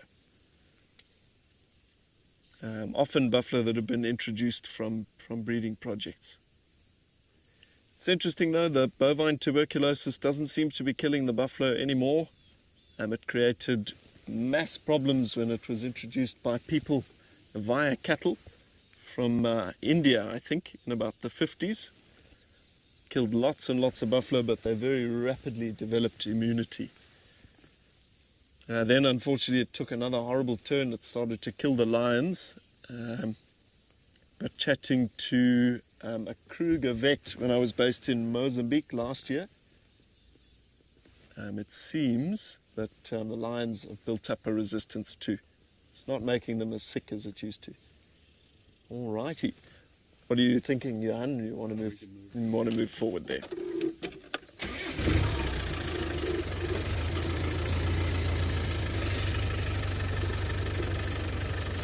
Yeah, it's a major example of a terrible disease spread by people. And that's why there are policies in place, protocols in place when it comes to moving animals internationally. They've got to be quarantined, vet screening has got to be in place. It could very well have caused the extinction of the lion and the buffalo in Africa.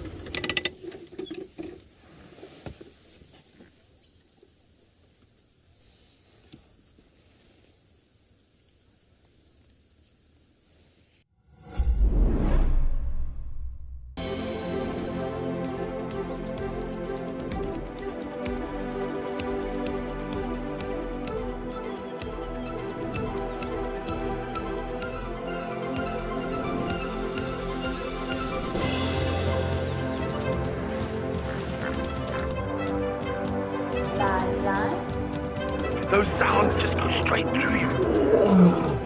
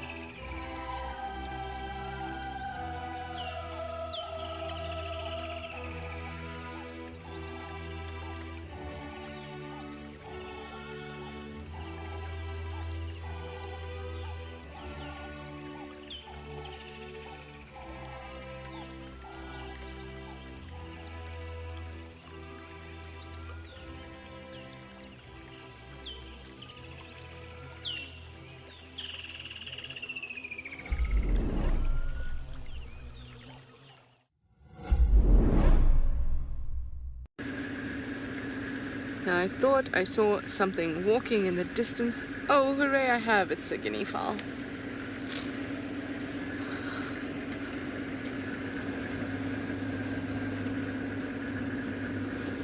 We'll go pay them a visit now. They're still a little bit far.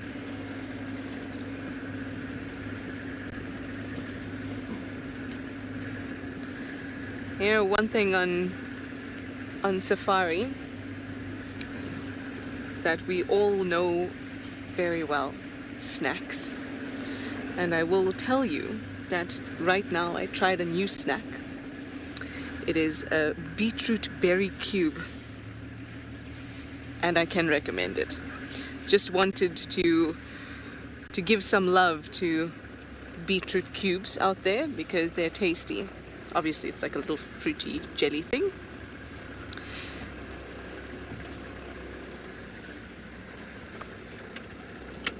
And it's very nice. Here are some guinea fowl around me. Now, guinea fowl, although I do like them because they look like tiny little cassowaries, but also often overlooked, but very beautiful.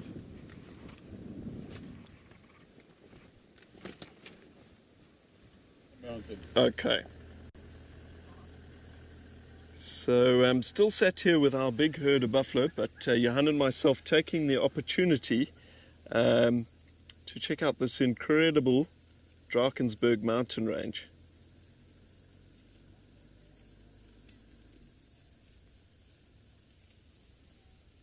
yeah, rising like a lempress above this incredible environment. It goes up a staggering 1,947 meters above sea level. So it is by far the highest point that we can see here in the Lowveld. And it is very much the ridge that separates high and low. The Lowveld, where Djuma and Pridelands are located, as well as the Greater Kruger as a whole, is on this side, and then Johannesburg, all of that, that's up on the Highveld.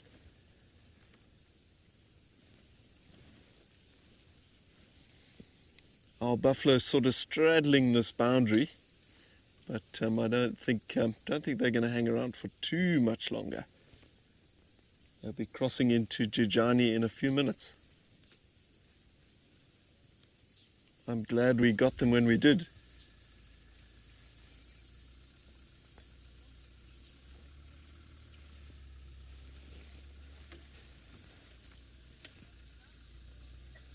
Timing is such a huge factor when it comes to spending time with a lot of these incredible animals that we work with. Some of it's skill, but I'd say the vast majority being in the right place at the right time. It makes you wonder how much we actually miss. How often we drive around a corner and have a leopard pass behind us, or something happens when we're just in a different place.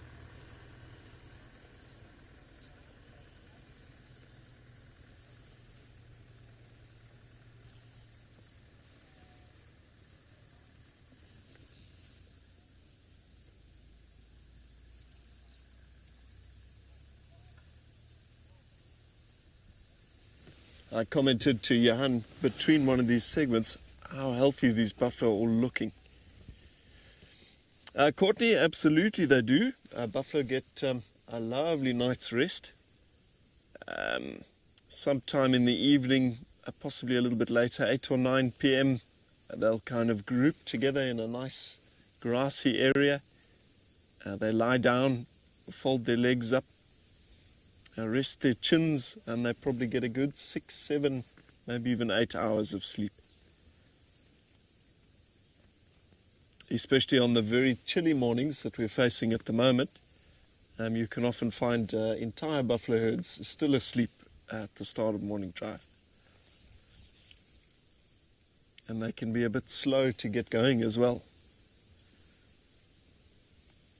Lots of yawning, stretching. We at least have the advantage of caffeine to get us going.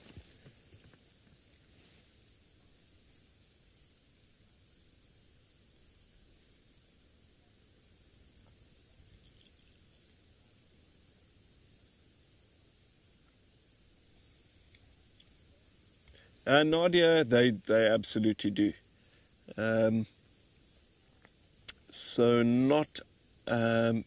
they don't stop for lack of an ability. It's not that they can't mate. It's not that they don't want to mate. It's that they just don't hold that dominant position anymore.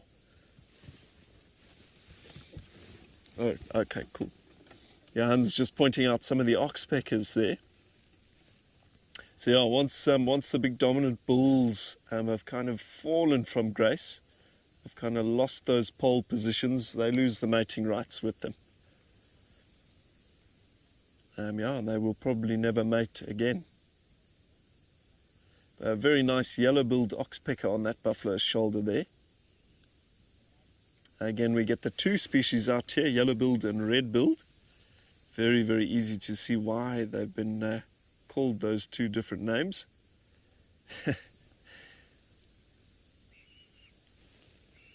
Yeah, we don't see a whole lot of yellow bills at all. Always nice when we do.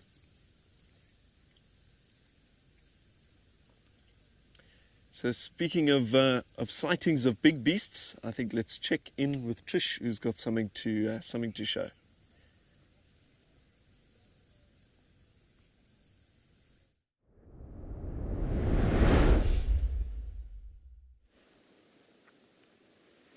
Yes, so here we are. We have 3 elephants. There's obviously either some water or something else that's really nice there. I think it's probably water. Maybe it's some dust. But they're all centered around that little spot. Now there is a dam. Well, they're literally right next to the dam. We can't see it because there's a kind of the brim of the dam is kind of a little mound, so we can't actually see the dam. But what we know from an area where there's a dam is that the water table is probably quite high, so if they dig, they could get some water, but like we see here, I suspect that they're after some nice soft sand that they can throw them themselves. Hello, little.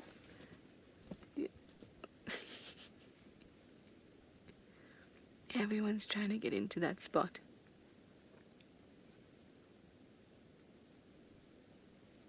I don't know, they're putting their trunks to their mouths as well. No, they wouldn't do that if it was sand. They would do that for water. So maybe they've dug. It's something that we see often in Juma, in the Mulwati, the dry riverbed, that, funnily enough, both Lauren and Cedric are stuck in that riverbed. We often see elephants dig holes there because the water table is quite high.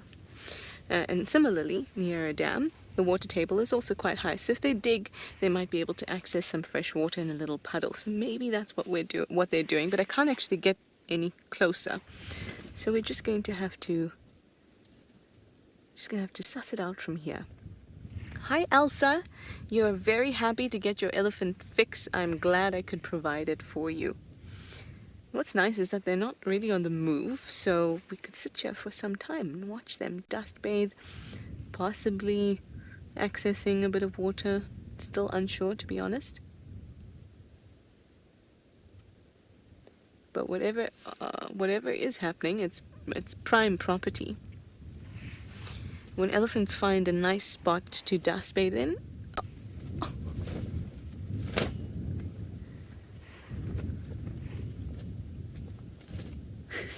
look at this.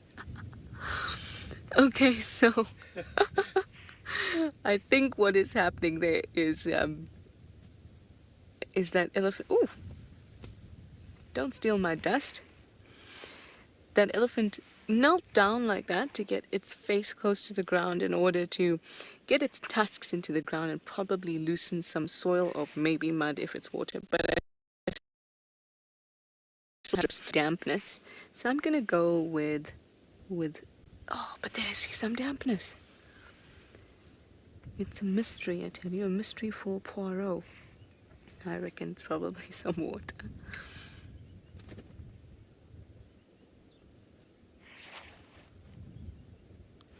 So this little, to me it looks like a dam, but it's actually called a Magagang pan.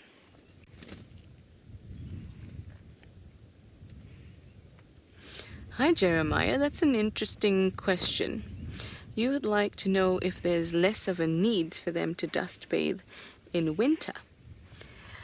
So dust bathing serves a couple of purposes. We know there it goes again. I just always think it's going to tip forward and do a face plant for us. Sorry, Jeremiah. Dust bathing serves a few purposes. One of those purposes is to protect an elephant's skin from the harsh ultraviolet rays. It's kind of acting like a sunblock, but an actual barrier. So once the dust gets caked on the animal, it's a physical barrier. The burny UV rays of the sun. So I suppose it's from that perspective that you're asking that question, because in the winter you would assume that there's less of a need. But dust bathing serves another purpose too. Dust bathing serves the purpose of trying to kind of strip pests off the body. So if they're wet and then they throw dust onto them, then it becomes hard and mud-like. And then imagine it like a waxing strip. Then an elephant goes over to a tree or to a stump and then tries to pull that mud off of them, and in so doing pulling off any pests. That being said, when I'm talking about the heat and the UV radiation thing, or rather, as part of that, the other reason that they would dust bathe is to try and trap moisture, because they would usually go to a pan, get some water on them, and then dust bathe. So try to trap some moisture onto their skin, again with that layer of, like a film of mud. And maybe you're assuming that in the winter it's just not as hot, so they don't need to do it. But and even though we do get really cold temperatures, for example, on Monday, I think it's going to be 1 degree in the morning, 1 degree Celsius. Yes, I'm going to complain about it and you're going to hear about it. But even so, even though we do get these cooler temperatures, most of the time during the day we're still getting warm temperatures, but that's how we feel. Now, for elephants that have a very large mass and a very small relative surface area, they're going to find it very difficult to dissipate heat. And so they've pretty much year-round, regardless of the temperature, got to figure out ways of keeping their body cool, because there's just so much mass, and that mass makes it a lot more difficult to regulate your body. So you've got to change or do things behavior-wise to help cool down, and that may include dust bathing or going for a swim, or flapping the ears, so those big blood vessels at the back of the ears have a nice cool breeze going. It must be really cold for an elephant to be really cold. One indication of when an elephant is feeling cooler is when you look at look at that. If you see their ears and it's held very close to their bodies, as is the case with little calves, they usually walk with their ears close to their bodies, and they're smaller, obviously. They're trying to keep a little bit warm, or rather trying not to lose any heat energy.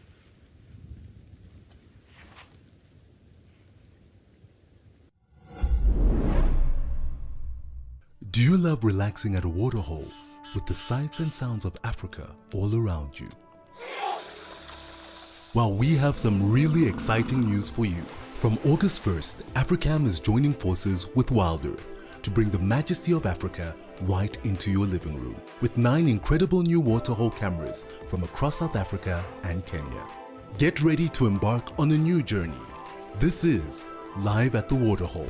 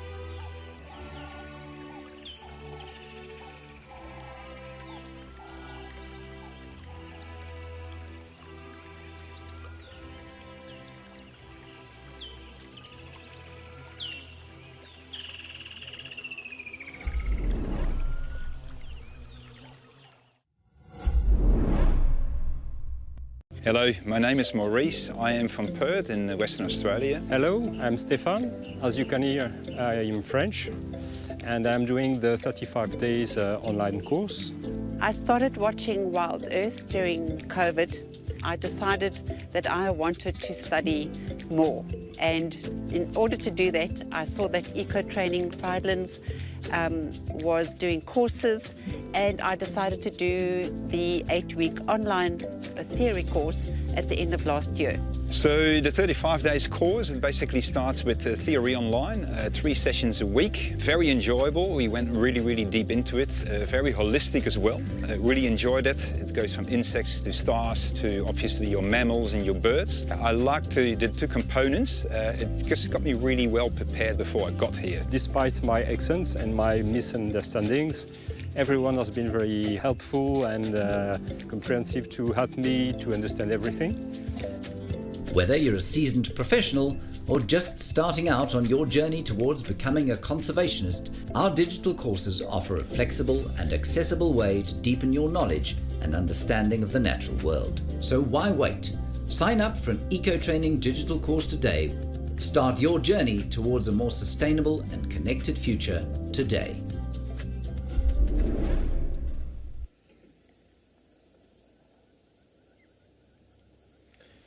Superb. So as expected, our buffalo group up here on Pridelands has started to cross our boundary to the north into Mjijani.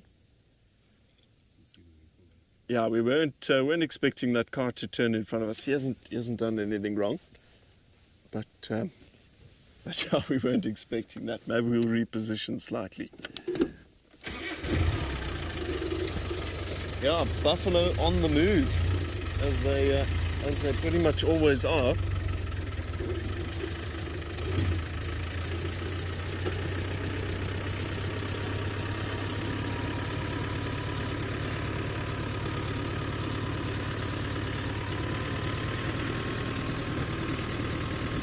Yeah, many of them crossing as I speak into Rigby. Absolutely not. So oxpeckers feed primarily on blood.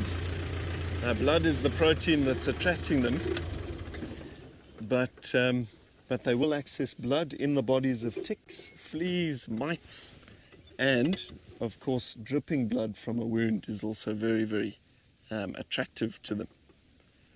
So it takes a little bit of a dark turn if a buffalo has an injury that's potentially trying to scab over. Oxpeckers will peck at that skin. They do keep it clean. They clean off things like maggots, but they can keep things very raw. They can prevent healing if there's too many of them. I've seen a couple of buffalo with horrible injuries on their shoulders, potentially old lion bites, that the oxpeckers just keep raw and dripping for months. Less than ideal, but all natural.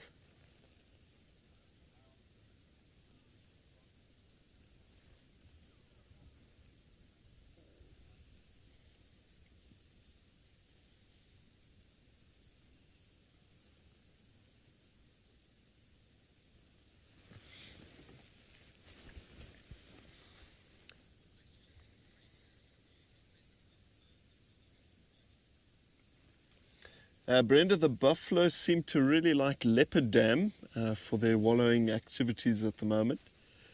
With the water level starting to drop, it's also not so deep. I guess there's less risk in their minds that the water contains things like crocodiles. But yeah, essentially on any sort of bank at a dam, they'll give it a bash. They're not fussy.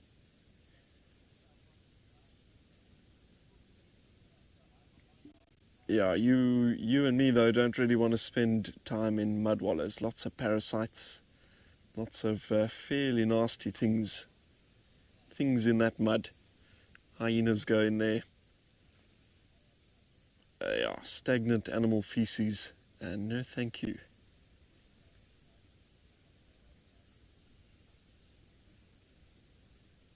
Yeah, buff crossing steadily into Jejani there.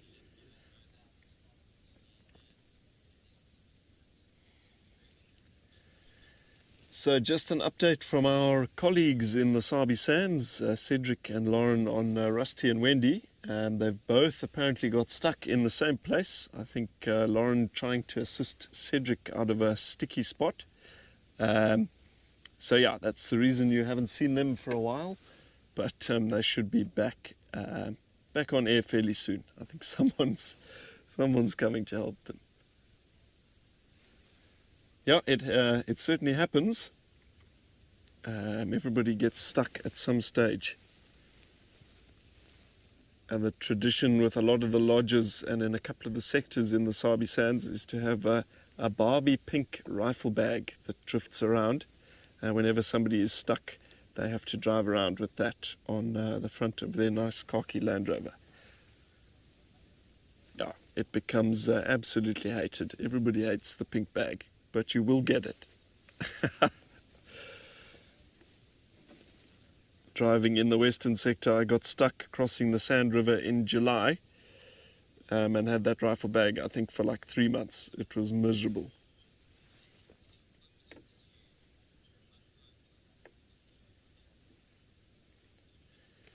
Ethan, certainly. So genetics will show us that occasionally there are exceptional examples of basically everything out there. Buffalo bulls are certainly something that can be sort of an exceptional individual. There's enormous variation with the way those horns develop. Some of them are extremely wide, some very, very long. Some of them even grow in funny shapes. They can sort of dangle straight down sort of the sides of the buffalo's head, a bit like it's got its hair wet. Yeah, while we do have lots and lots of very, very attractive looking buffalo here in the Greater Kruger, the largest in the world, or the largest in Africa, can be found in East Africa. The same is true for elephants. We've got some exceptional tuskers in the Greater Kruger, but the biggest ellie bulls in the world are from East Africa. Possibly something to do with the amount of sulfur in the soil up there, sulfur released by volcanic activity, and possibly also just phenomenal genes. It is a proper hotspot for giant examples of buffalo, lions, elephants, rhino. Yeah, it should certainly be on your bucket list if you're an avid safari goer. Anyway, on that note, with the tail end of this buffalo group just disappearing over the boundary there, I think Johan and myself may carry on with our afternoon missions. And there is hopefully some more in store. We're looking forward to seeing what's out there. I don't want to disturb these guests in the safari vehicle, so I think we're probably going to turn around and go the opposite way.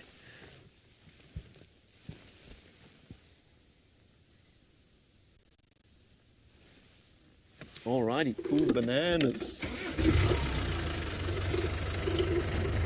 Yeah, Pridelands doesn't disappoint. I'm very, very happy to be back here.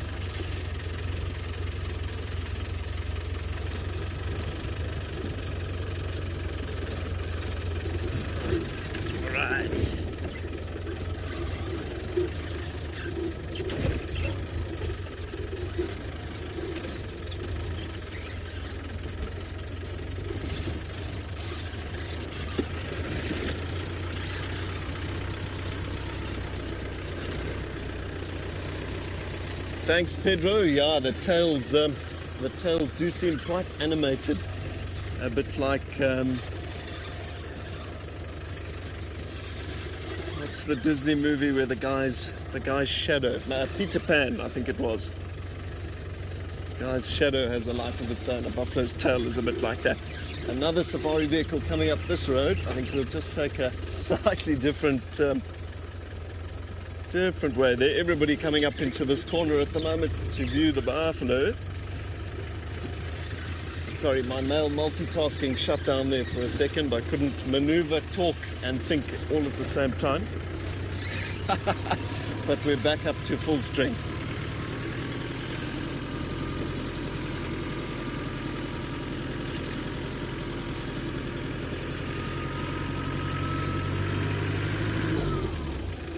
Super. Well, as Johan and myself get on the move here in Pridelands, let's head over and check back in with Trish to see what she's up to.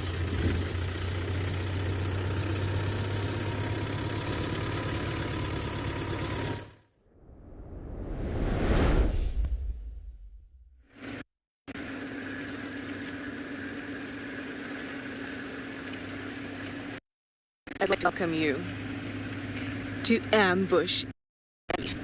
Dun dun! Obviously, I'm continuing to be very dramatic. So I'll tell you why Ambush is important in a moment. But first, we're going to look at this yellow-billed hornbill because it has decided to be very cool. Lloyd, how's that for you? Good. There we go. Hello, yellow-billed hornbill. Do it. Do it. Do it.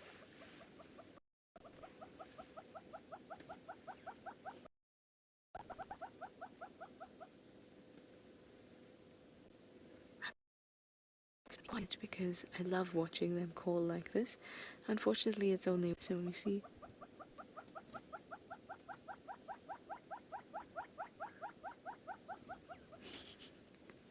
When we see many of them lined up together, then they kind of bob back and forth.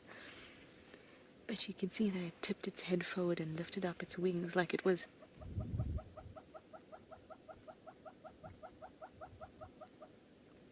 Like it was trying to join its shoulder blades together, you know. I don't like to talk over animals while they speak, so.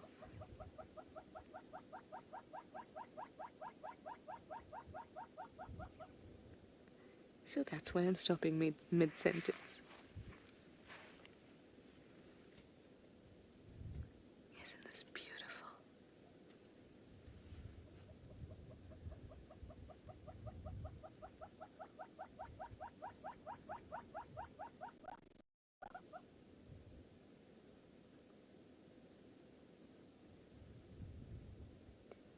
Now, birds call to advertise territory. They call to their mates. Yellow-billed hornbills are monogamous, so they'll have a close pair bond with a mate.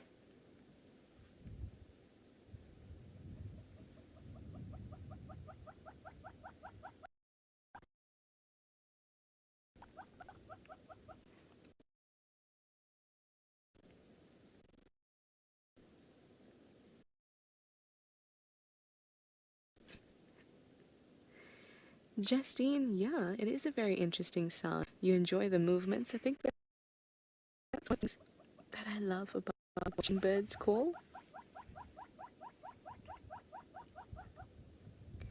Is that when you see a bird and you hear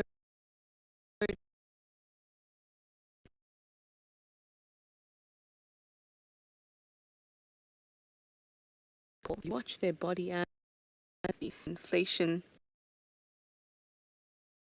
It's dramatic like this. Like fish you've seen in Africa, they throw their head back. But we don't get to see all these little intricacies.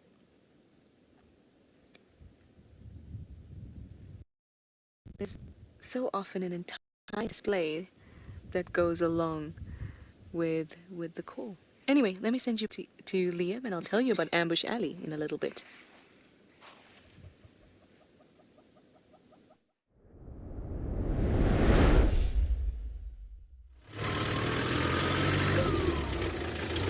Super. Well, thanks for that, Trish. Our missions continue here in Pridelands. So yeah, Johan and I kind of moving down into the area where he and Chris this morning had a sighting of a young male lion, I believe. Maybe with some luck, as things cool down, as that sun starts to set in the west, that guy gets up and starts to move again. Time of the year to get any visuals of predators at all of this golden grass. They are supremely camouflaged. And of course it was such a prolific rainy season that the vegetation is extremely dense. But yeah, just because it's difficult doesn't mean it's impossible.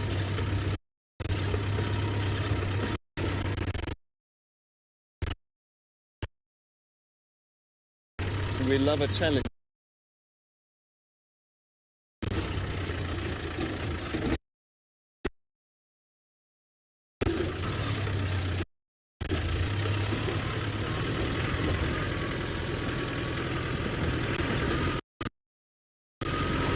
Alrighty, let's check back in with the team in the Sabi Sands.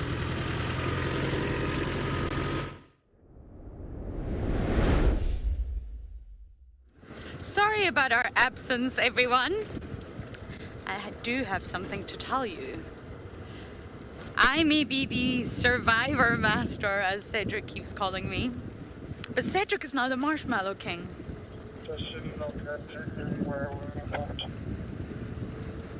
Sorry, everyone, I'm going to tell you the story. We're on our way to a sighting. And yes, so Cedric just got stuck in the Mowati in Rusty. Wendy went to rescue, and then Wendy also got stuck. So Max, our amazing technician, who we don't ever want to leave, has now taken another car and is trying to dig Rusty out. Wendy got out, but Rusty's still stuck. Marshmallow King Cedric, that's all I can say. Anyway, we are on our way to a sighting. I hope I get there in time. We're a little bit far, but I'll do my best. So that's my update, everyone. I don't really have anything else to say. We've been stuck in the Mowati. That sand there is really thick and really soft. And of course underneath is waterlogged. There's so much water underneath. We saw that yesterday in the survival challenge.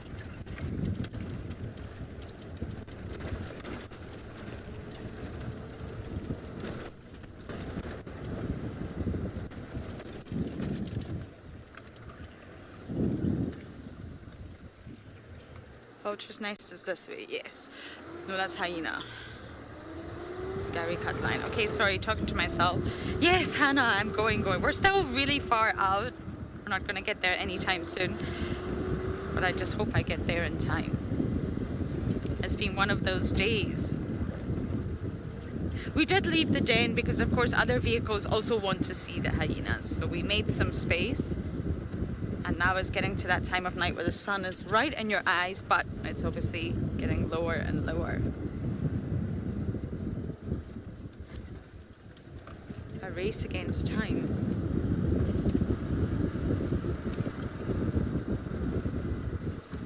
It was actually Owen who rescued Wendy. Well done, Owen.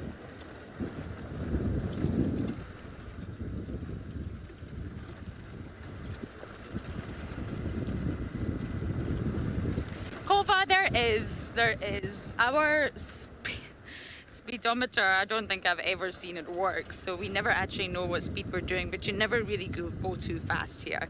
I mean, to be honest, it's impossible to go fast because you've got the bolsters which act like little speed bumps, you've got drainage lines, you've got corners, slippy roads, and animals to think about.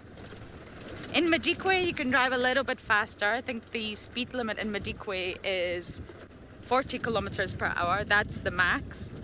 But I would say in the sands it's a lot less. I think you're allowed to do 30 if you can. But we are going to turn onto a road that's a little bit of a tricky road signal-wise. But I would just really love to get this sighting for you all. That would make my day after being stuck in the Mowati. Oh, Cedric.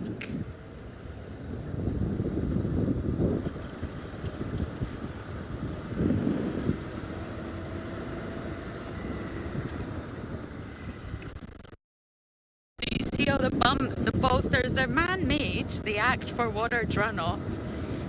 And they're there naturally to the bumps, so you really can't go fast. Toot toot everyone, and then you get roadblocks. Someone is congratulating me on the survival challenge. Thank you, thank you. It was such a fun day. But it was good. Ah, David from Bristol. Bristol, not too far away from Edinburgh, I guess. Thank you so much.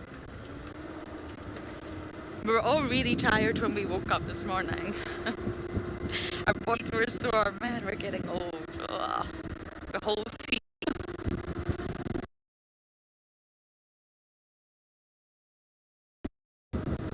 But thank you. It was really good fun. Water.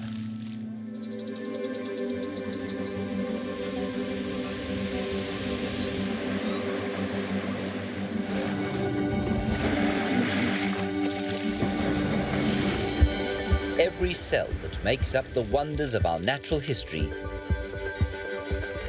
needs this life-sustaining molecule. Sometimes in tiny amounts,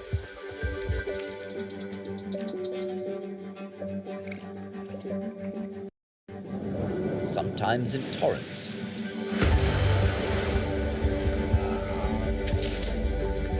Our blue planet, flush with biological wonders, would be a desolate, lifeless place without miraculous H2O.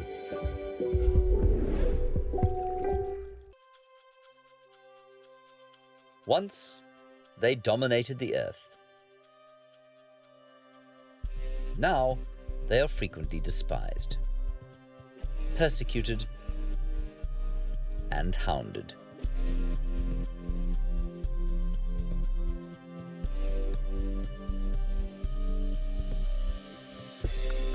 Reptiles and amphibians play a hugely important role in our planet's ecology. They represent an evolutionary memory.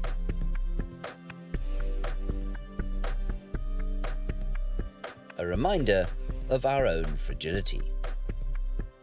That the Anthropocene is surely a blink of evolutionary time. They may no longer dominate, but reptiles and amphibians remain a crucial and fascinating cog in the Earth's biological systems.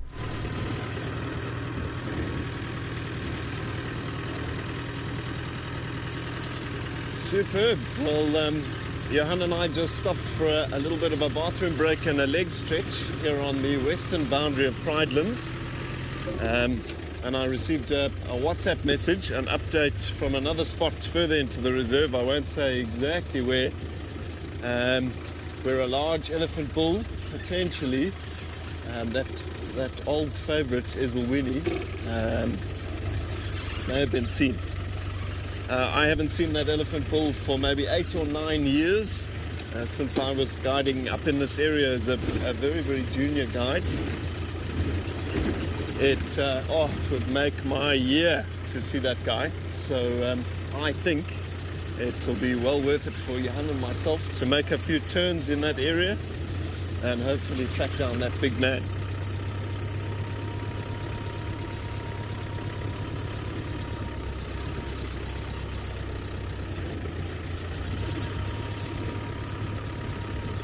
Yeah, he's one of the main reasons I think I've become so passionate about elephants.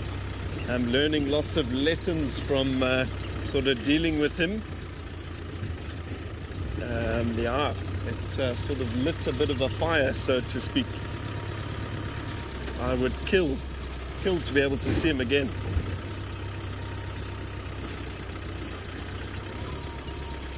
Miles, perhaps to some degree. I would say throughout the range of the savanna elephant, probably not all that much. They tend to sort of average out sort of 6 or 7 tons for a bull, 4 or 5 tons for a cow. Some of them are really tall and very skinny, and a little bit like us. Some of it's just genes. But then you look at a population of elephants like the forest ellies, a distinct subspecies that occur in equatorial Africa along the equator, places like the Congo. Those are distinctively smaller, as much as two-thirds smaller. But that's an evolutionary adaptation that's probably suits them better, being in that dense forest environment.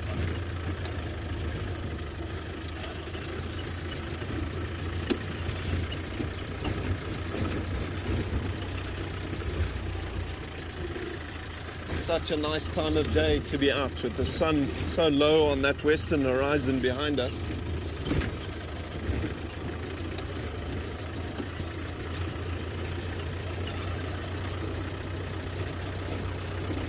Tara, I hope you've got your fingers crossed there. We certainly do.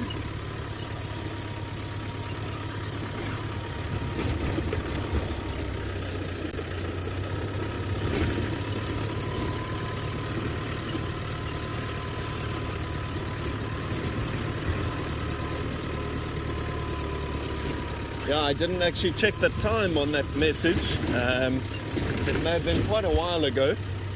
But hopefully if it is him and if he is in the area, he'll be around for a couple of days. Oh, fingers crossed. It was actually the first question I asked Chris when I got here this afternoon and we did a bit of a guide handover. I said, has Ezelwini been seen?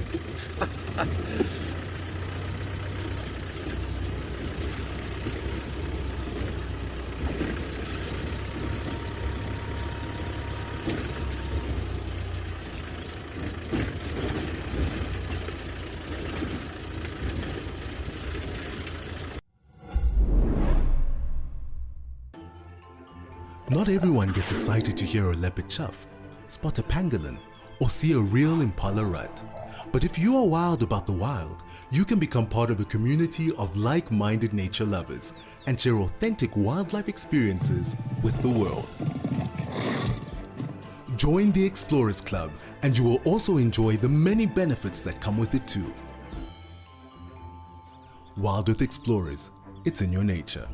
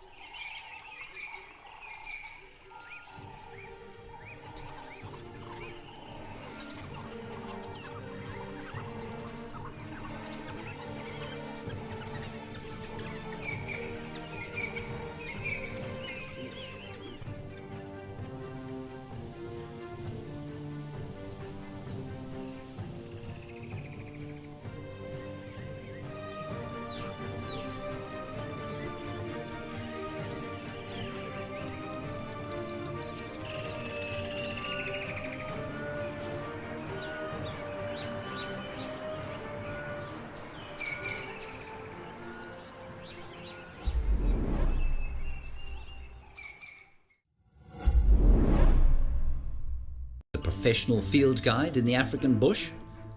Eco Training's professional field guide course can make that dream a reality.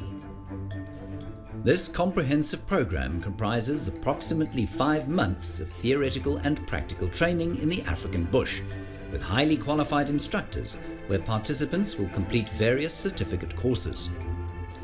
You'll learn essential skills such as animal behavior, tracking and identification, as well as gaining in-depth knowledge of the African bush and its ecosystems, all while living in a real-life safari camp. But the learning doesn't stop there. Following the theoretical and practical training, students will embark on a placement program period of 5 to 6 months. During this time, you'll work alongside professional staff and management at a property, putting your newly acquired skills into practice and gaining substantial practical experience. You'll be fully prepared for a fulfilling and rewarding career as a professional field guide. Enroll today, locally or internationally. Take the first step towards your dream bushveld job today.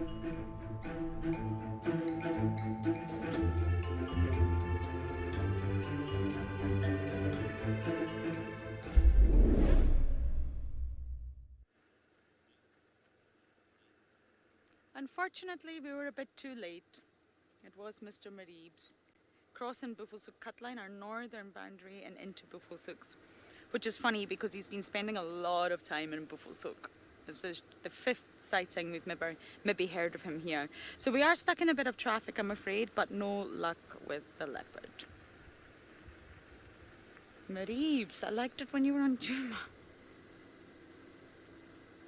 Never mind, we tried. We raced from the other side of the reserve, but we've been stuck for quite some time, so we were racing against time.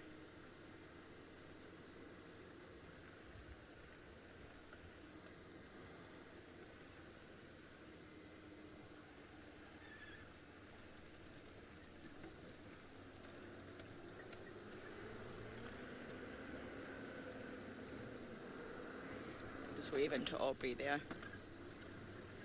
Anyway, new plan. It's been a bit of a discombobulated drive. Love that word.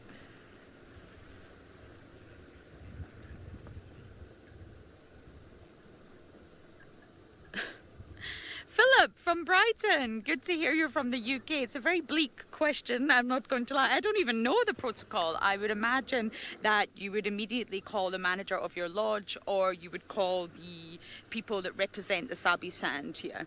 So there's a whole team of people that sort of manage this entire area. So you would call those representatives and they would call the vet, and action would be taken really quickly. But as far as I know in my time here, that's never happened. It did unfortunately happen when I was in the Masai Mara. We used to from the Masai Mara, and it did happen there, I'm afraid.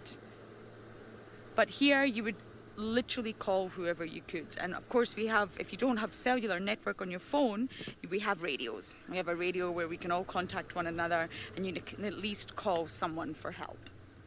In areas like Madikwe, it's a little bit different. You've actually got the Parks Board, the Northwest Parks Board, on the radio. And they're on the radio 24 hours. So you can just immediately call them and then they'll handle the whole situation. So I hope that answered your question, Philip from Brighton. My best friend in the world. What was that? Very flat squirrel. Oh, did you? My best friend lives in Brighton, actually, but I've never been there, so I will need to head that way. She raves about it. Okay, I'm trying to think what I want my plan to be now. I tried really hard to get Mr. Mareeves, or young male leopard, for you all, but just didn't work out. I believe Mr. Cedric is unstuck, so let's send you over to the Marshmallow King.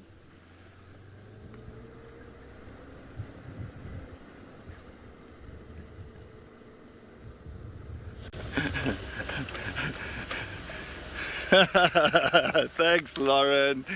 Yeah,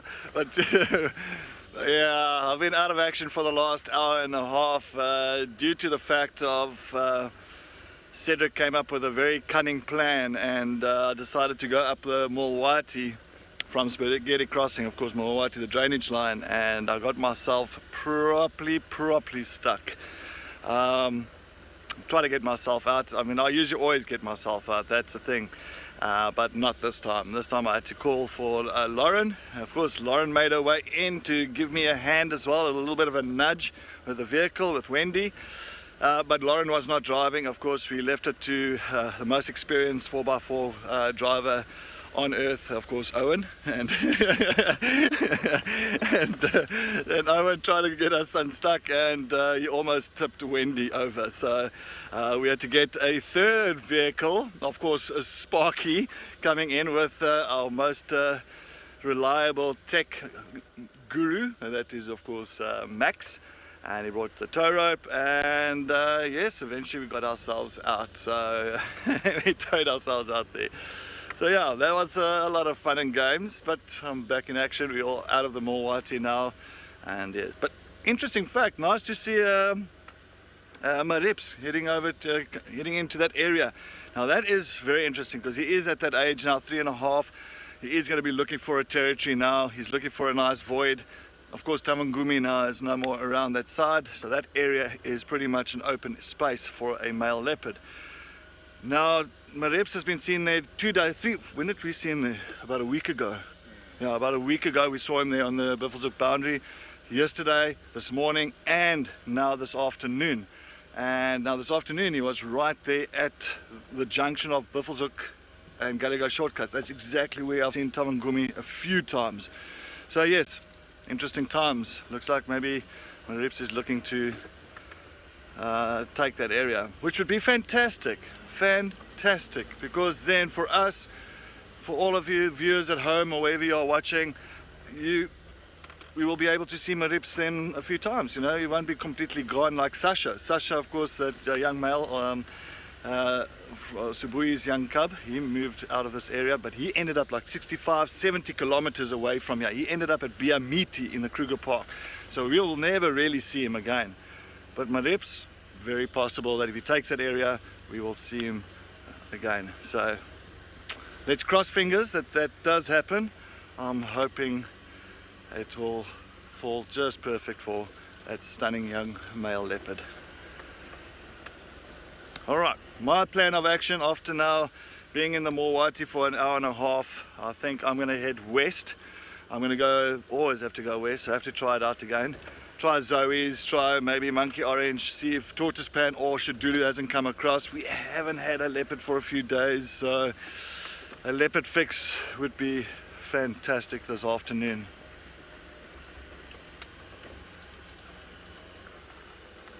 Viggy, Biggie, Biggie, Ziggy, Biggie, Ziggy, Biggie, Viggy.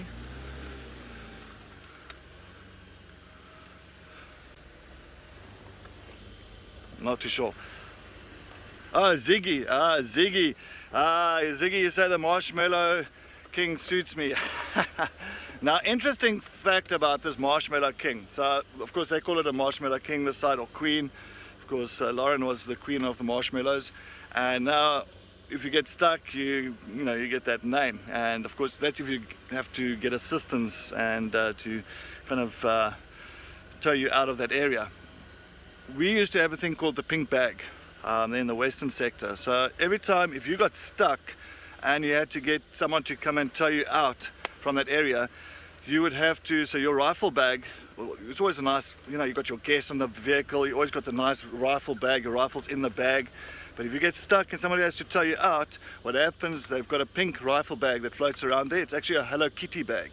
And it's got the Hello Kitties on it with the pink. And of course, now if you get stuck, you get the Hello Kitty bag. You put it on there, of course, now you got new guests coming in and they jump onto your vehicle. It's like, oh yeah, look at the Game Ranger, ooh. And then they look at that Hello Kitty bag. So otherwise you go from 0 to 0 in a matter of one look. So yes, and I've had that Hello Kitty bag, so I know the feeling.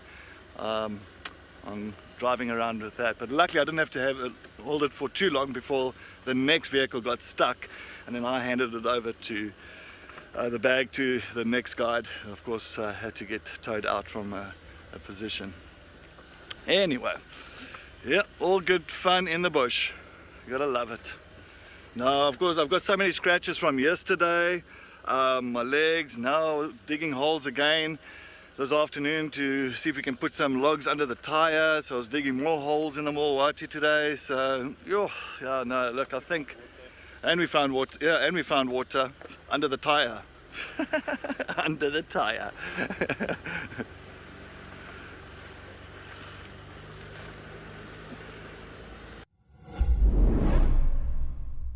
Did you know that the WildEarth team makes weekly behind the safari content? Would you like to get to know the WildEarth family better? See how we live. This is Igor's bedroom. Learn about our production process. And see the antics that happen off camera. Sign up to be an explorer and you will get access to all this content and more.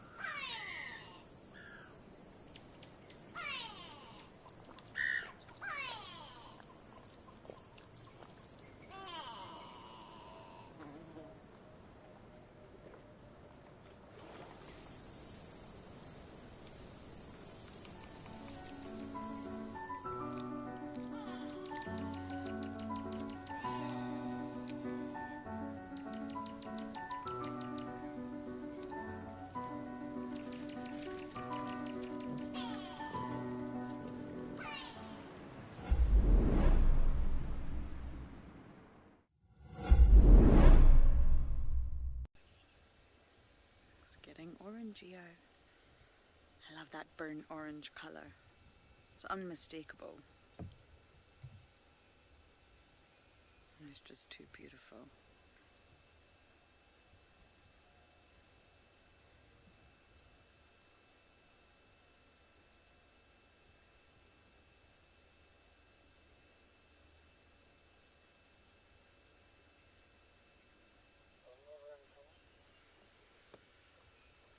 Standing by.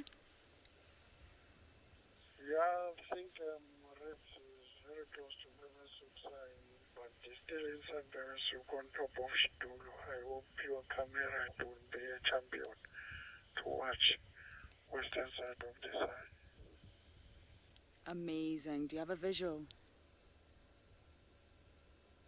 Yeah, Thanks, Obs.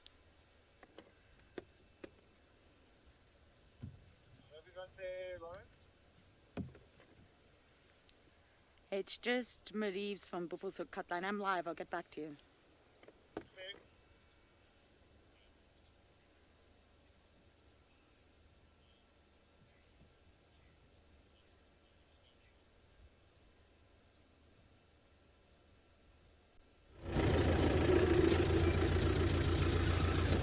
So superb. Back here in Pridelands with Johan and myself. We've bumbled down into the area where that large elephant bull was reported a little bit earlier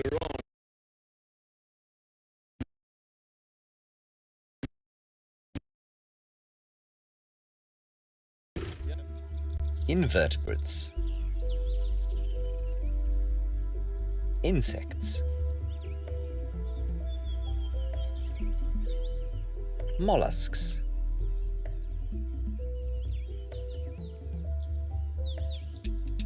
crustaceans,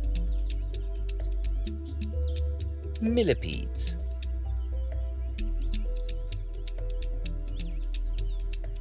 arachnids,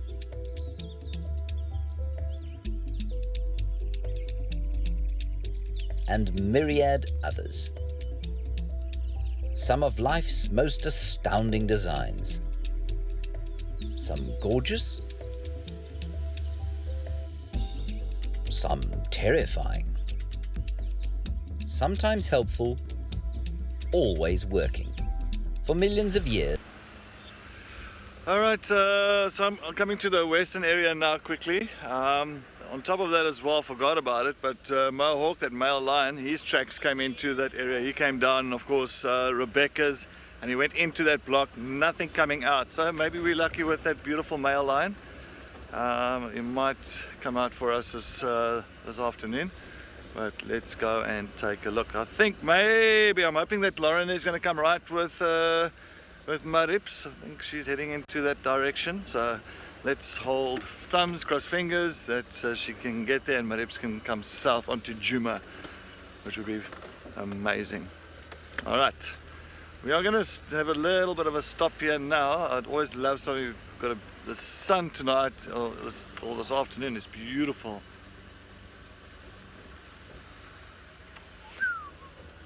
Dark Main Lover, you know, I was working at it, so 30th of July was the date that, I was going to say Dark Main Lover, 30th of July was the date when Lumber was going to, of course, have a youngster, so we'll take a look there now. It'll be nice, it'll be very interesting if we see Tlelamba again, and we can see she's got suckle marks. Yes, of course, and she's got suckle marks, and well, then we know. So interesting times, interesting times. So I can't wait to see Tlelamba again. I told Lauren as well, told all the guys all around, it's like, if you see Tlelamba, please take a look if she hasn't got any suckle marks. All right, we're gonna stop. Yeah, you think, yeah, it's fine, huh?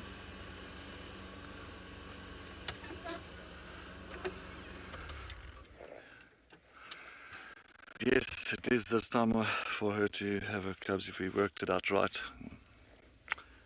She did mate with more whitey, a male leopard, on the 20th of April. So it's exactly 100 days, the 30th of July. Hello! Look at these beautiful female impalas. Of course, a male that's going to be running into frame now. He's making sure that we're not going to steal any of his females. That's his harem. 1, 2, 3, 4, 5. Small harem. 5 females. And some of these harems can be so huge, and especially now if you go look on the fire break, because all those young little grasses are coming through now. So you find a lot of them eating around that. David Walting, Sabi Sand sunset. It is always beautiful, isn't it? Look at that. Just so stunning.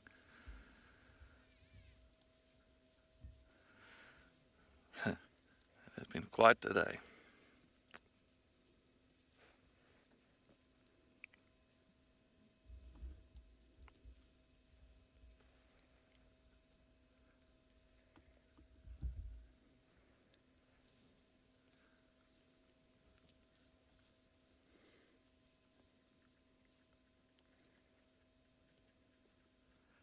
I didn't get any information on that cheetah that crossed into Djuma yesterday afternoon.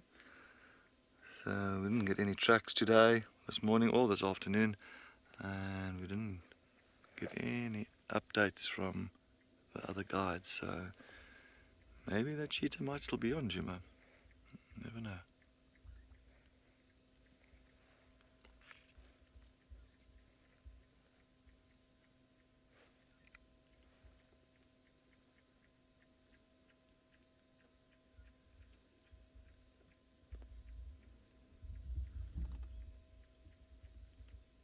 So beautiful. I said, The sunset here in the bush is always just stunning.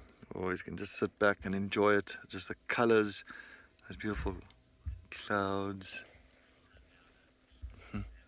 Zach, yes, it is a perfect view for a sundowner. Zach, yep. I'm gonna grab my flask of coffee mixed with some hot chocolate, and I'm gonna enjoy that very shortly.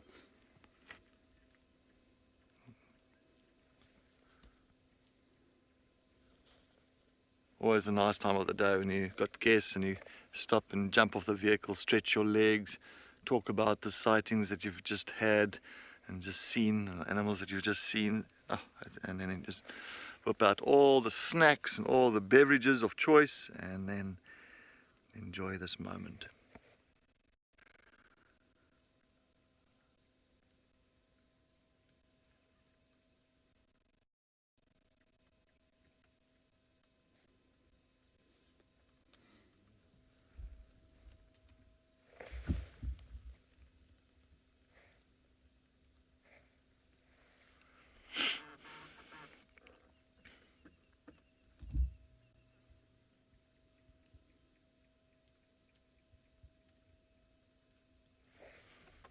Oh, you're an elephant behind us.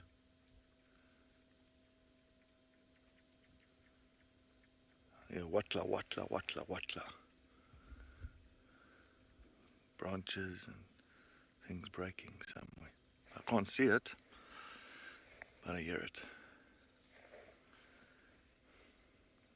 it. Look at that. Isn't that beautiful? You can actually see the sun setting. You can actually see it going down.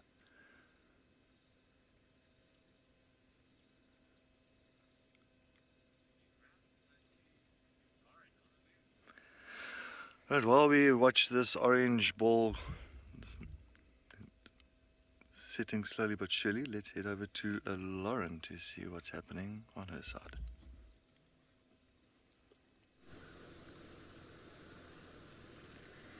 It's a little bit awkward, everyone. We do need a little bit of time here to see if we can get a visual, but unfortunately, I don't know if we have one yet.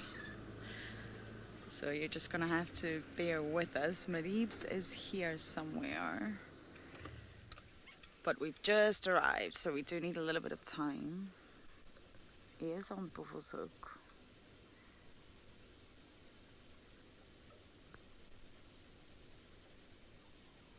I'm just not sure if we're in the right spot to see him.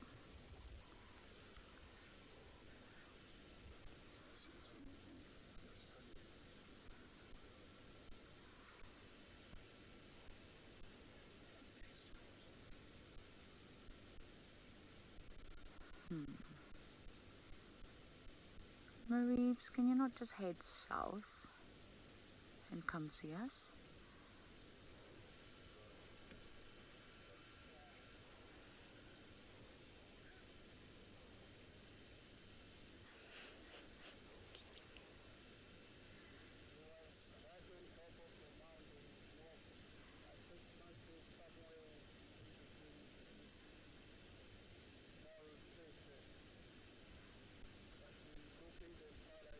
Okay.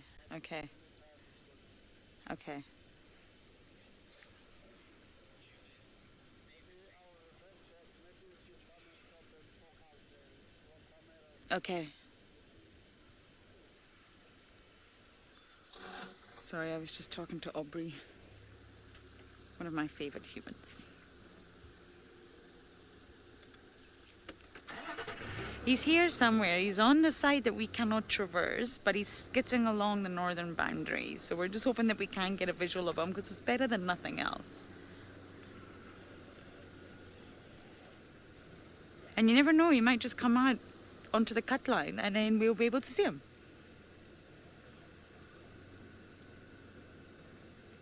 You are allowed to view into other people's properties.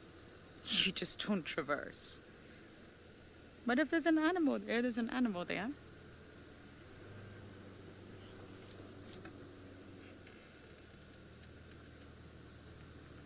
The sunset is gorgeous. Well, we just don't have a view of that to give you. Okay. Let me try. I've got my binos out. Let me see if we can see moving spots.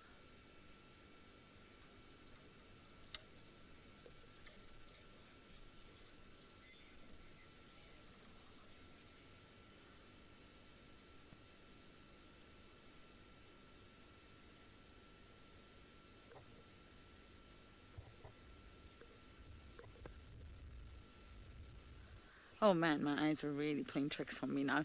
Sir 50, me too. I'm not banking on it, but I'm hoping, absolutely. We've got to at least try. He's so close to being visible, but just not quite visible, if that makes any sense. I'm not getting my hopes up, but it would be awesome. But the light's getting tricky, my goodness. Every time I look through my binos, I'm seeing spots.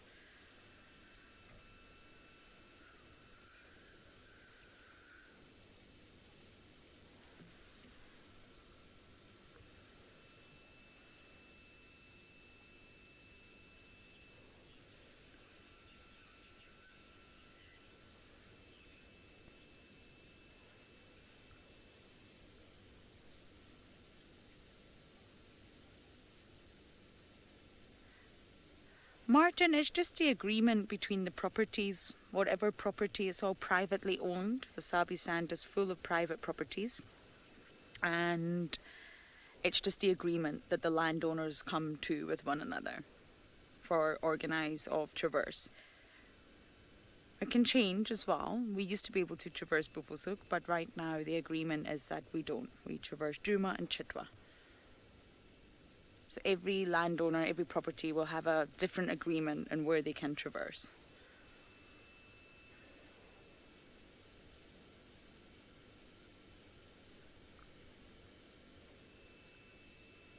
Okay, I think we will bumble a little bit, otherwise we are just staring at leaves.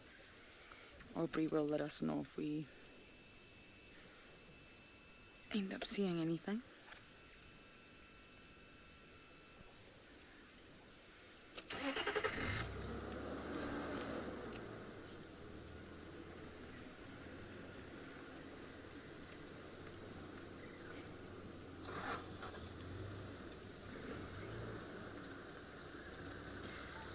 Thank you, Aubrey.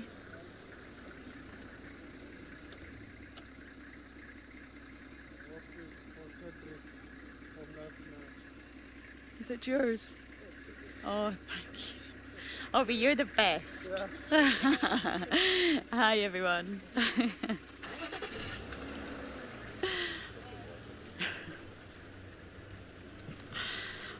Oh dear, sorry we're bumping into everyone. At least Aubrey knows he's the absolute best, because he is.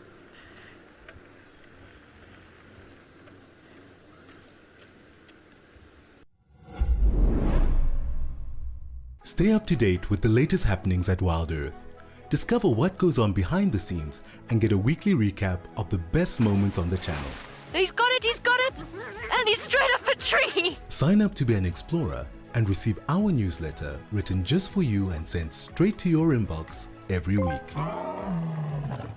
WildEarth Explorers, a club for people who are passionate about nature. Thank you for joining us and have a fantastic morning.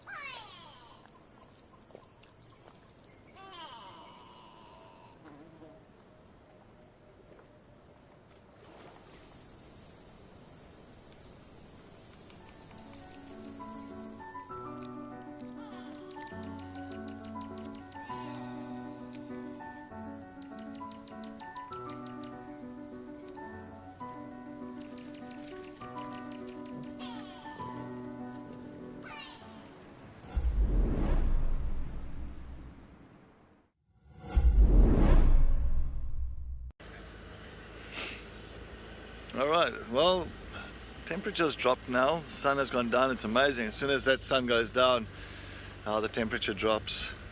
But it's not so cold. It's not that bad yet. But I think tomorrow's going to be a beautiful day. Well, they said Saturday. They said I think tomorrow's 30. That's right. So tomorrow's 30 degrees Celsius. Wow. That's why you gotta love the low felt. Yes, you're gonna have your cold spells. It is winter. You're gonna have your cold spells, but it seems like in winter time we get more warm days than cold days. And when the warm days do arrive, it's not that hot. It's not like extreme heat. It's a very manageable heat, warmth.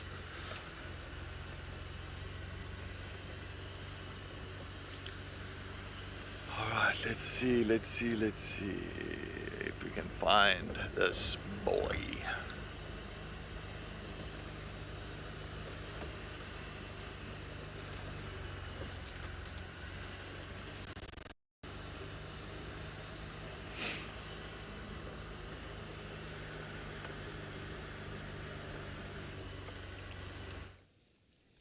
So after a bit of time bumbling through an area that doesn't have the greatest of signal, Johan and myself have found ourselves on the northernmost bank of Ndlovu Dam, back here down at our camp, and we are just sussing out the scene, seeing if there's any signs of movement down here. So I believe we've had it confirmed, the sighting of that large male elephant by members of staff who work on the reserve is definitely Ezulwini, so he's around. Yeah, that is extremely exciting stuff. I will be holding fingers and toes crossed that we can find him in the next couple of days. Okay. Yeah, Johan framing up nicely there on a couple of Egyptian geese. I think they'll probably spend the night quite close to the water's edge here somewhere.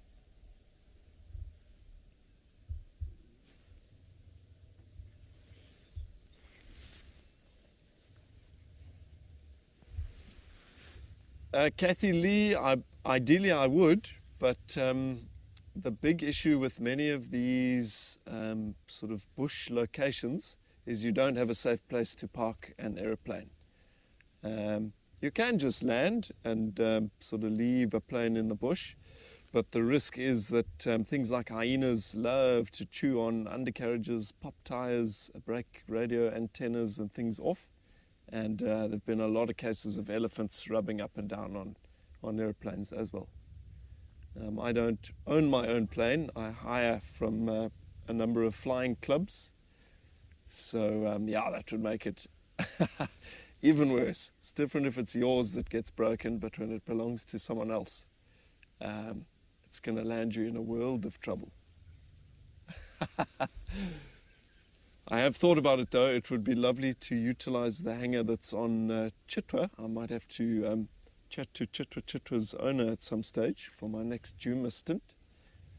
It would be super convenient to fly in.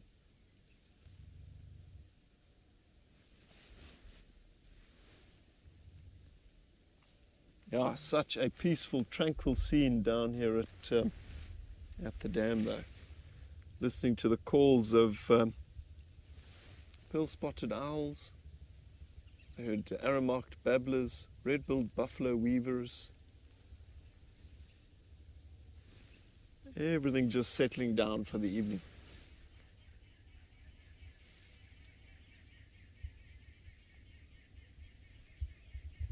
And it's often in these quiet moments where we take 2 or 3 minutes just to listen to birds that we hear the distant roar of a lion or the rasp of a leopard. And that can pull us into our next nocturnal segment.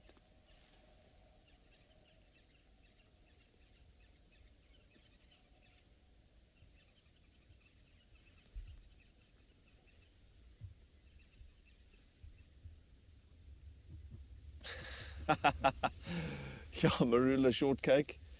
They certainly aren't usually. And maybe these guys have had a long day.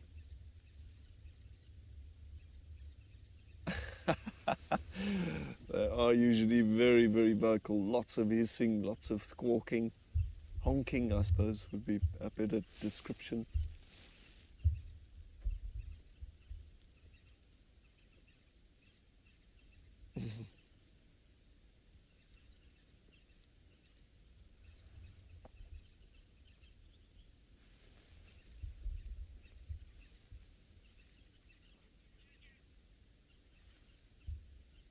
Johan and I have just both commented, though, on how quickly the temperature has peeled off. Just as the sun has disappeared behind the Drakensberg to our west, it's starting to get chilly. I think we're in for a nippy night with so little cloud cover.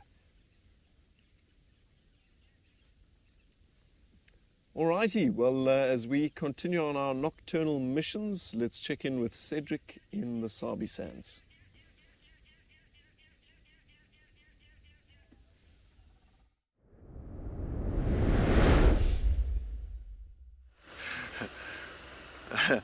Thank you, Liam. Yes, it is going to be quite chilly this evening. Well, at least I know for Liam that his top lip will be nice and warm with his little moustache. It'll keep him nice and comfortable tonight. But yeah, it is going to be nice and cold this evening. But you got to love it. I enjoy it, as I said. Weather-wise, I enjoy it. Alright, so what I'm now, I don't even know, I'm doing the western sector at the moment, the western area of Djuma. I haven't had any luck on tracks this afternoon. Well, as I said, I've been stuck most of the afternoon, but I think I might just go around towards Impala Plains, just do really the far western area of the property, just to double check. As I said, I haven't had any information on Shadulu as well, so I know that a lot of you are asking about Shadulu, the female leopard. I haven't had any information on her, yeah, I'll keep you posted. As soon as I find out something, I shall let you know. One time.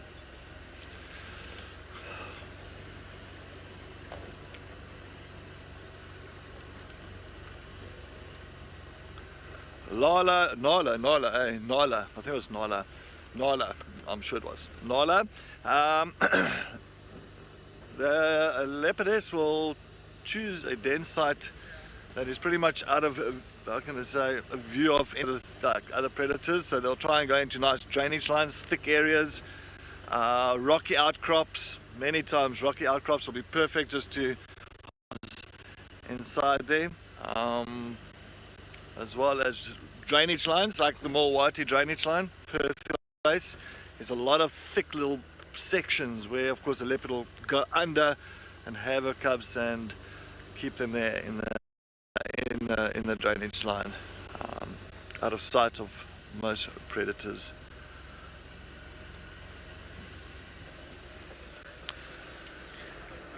Well, that was the main reason. Sorry, I just saw something here.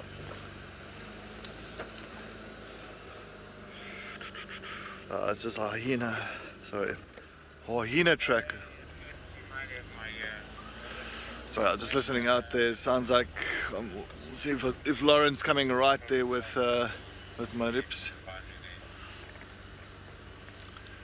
Yeah, and so, I mean, like if I looked at Tundi, for instance, Tundi had one litter in the Rupapi, a drainage line called the Rupapi, and under very thick, it looked like, I can't remember, I think it was a spike thorn thicket, and was very much tucked away. To find those little cubs there was so difficult, or to see them there, it was very difficult, so she knew exactly where to have her den sites.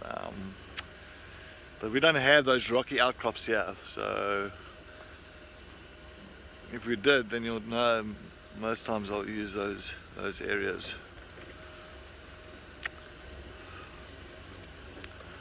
Under the sea, under the sea, under the sea.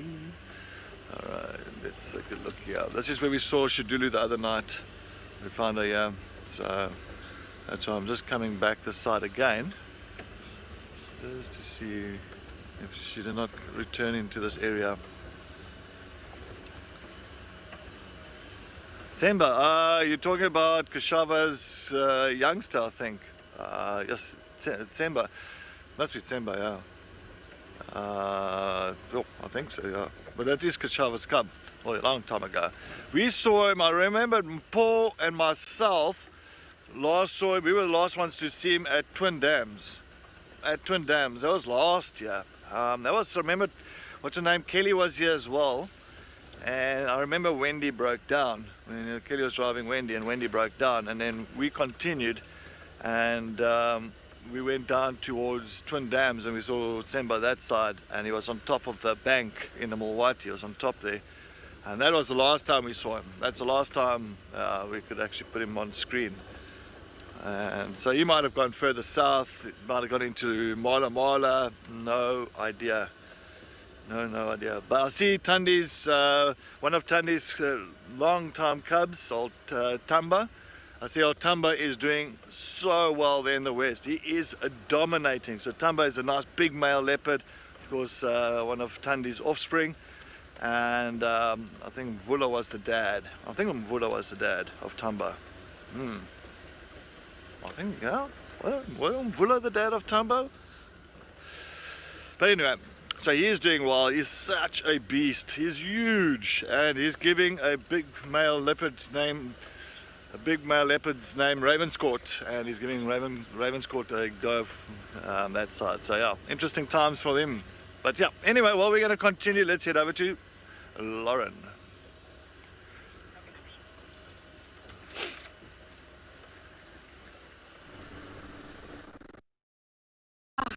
Mariebs is just there. Love it. We can't quite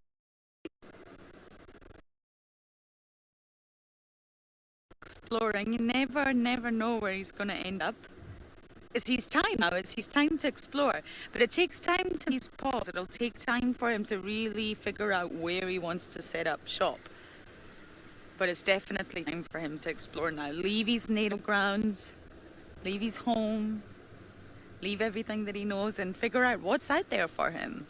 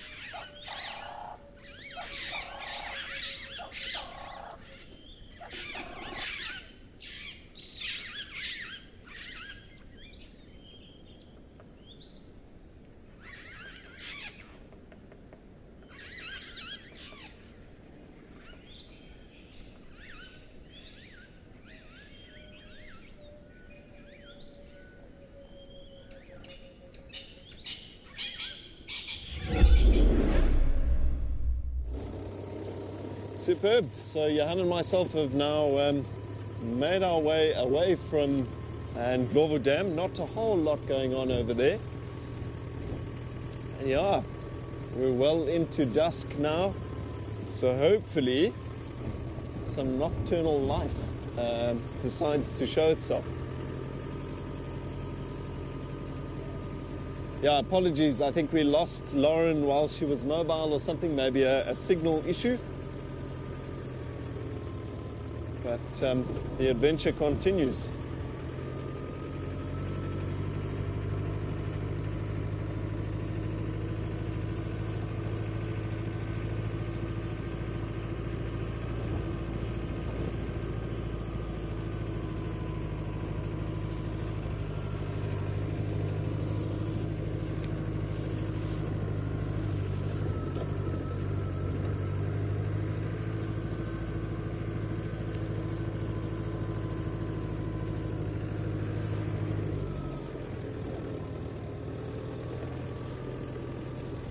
Kelsey, I guess it sort of depends. If it's like something like a territorial leopard, a well-established lion pride member, then yeah, it's probably safe to assume that that animal has died.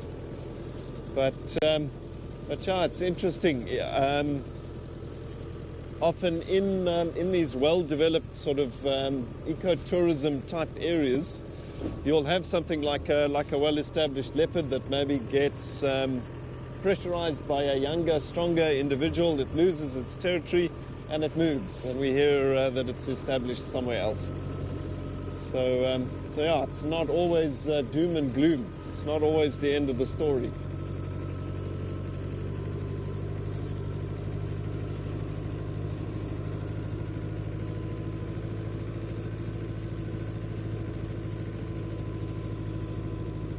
Yeah, it might be nice, I think, now to start bumbling a little bit further south. Check up on some areas that we haven't seen this afternoon yet.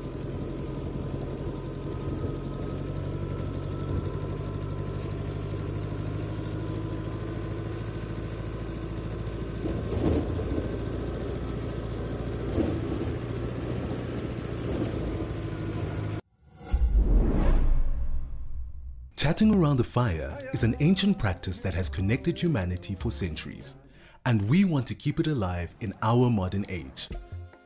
As an explorer, you'll have access to intimate gatherings with our naturalists, fascinating guests, and experts where we share knowledge, insights, and stories around a crackling fire.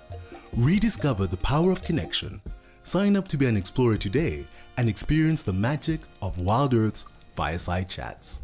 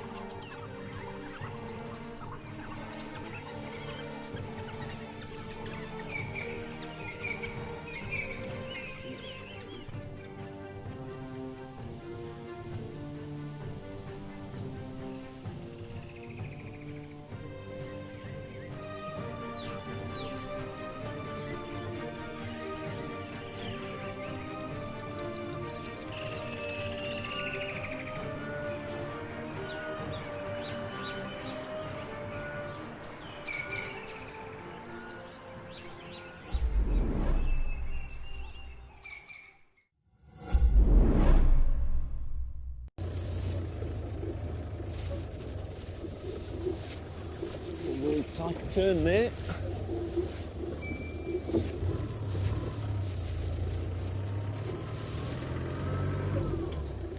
I'm getting a fuel warning light, so hopefully we haven't run out of diesel. These fuel gauges on a lot of these old landies are not to be trusted. Still a bit unsettling though. Anna, a caracal would be marvelous. Who knows? I was chatting to another Anna, funnily enough, that I know, who saw a caracal on a recent trip to Tswalu. I don't know, you might even be the same Anna. It's a really, really special cat.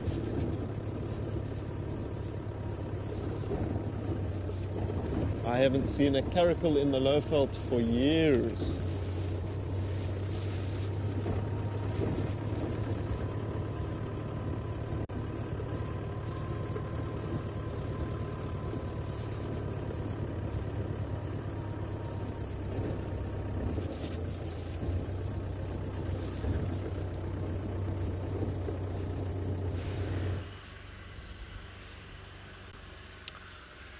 Okay, still no luck, but it's alright.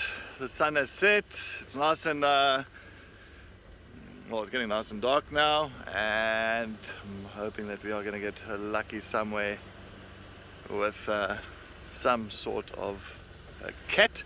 But I was thinking to myself, and I see Lauren going there now, see there goes Lauren. Bye. I was thinking to myself now, you know, Lauren, she loves hyenas. You know, it's awesome that she's got so much passion for the hyenas. And I was thinking to myself, do you think if I maybe tonight, like 1 o'clock, stand outside and start making a hyena noise and all that outside her room, I think she'll try and maybe come outside and see if she can identify what hyena it is. Maybe I should do that.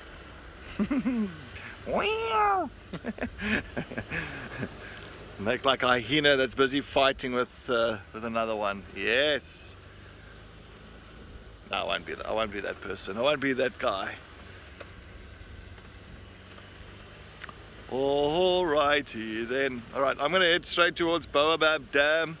So far, nothing this side. I thought I was gonna come right with maybe old Mohawk. No luck on that side. So I'm going to go north, Baobab Dam. Going to go and take a look around that side. Maybe I'm lucky with something coming down. Where are the Talamati breakaways? Yeah, Rishan, exactly. I'm also hoping that Shadula's okay. I haven't heard much since we saw her. That's what I said earlier. That's why I'm like, I will let you know. As soon as I hear something, I will let you know. I'll keep you posted about that. I'll speak to actually one of my colleagues that's working at Arethusa, and of course that's most of her, well, how can I say, the biggest part of her territory is on Arethusa. So I think I will chat to that guy tonight and just to see if he's got any tracks, if he's got any updates for me, like, you know, something substantial. And then I will let you know tomorrow morning. That's if we don't find her. I'm hoping that we do find her. That would be fantastic. Alright, I'm just going to Baobab Dam. I'm just a bit worried about our signal this side. So if our picture breaks up a little bit, I do apologize.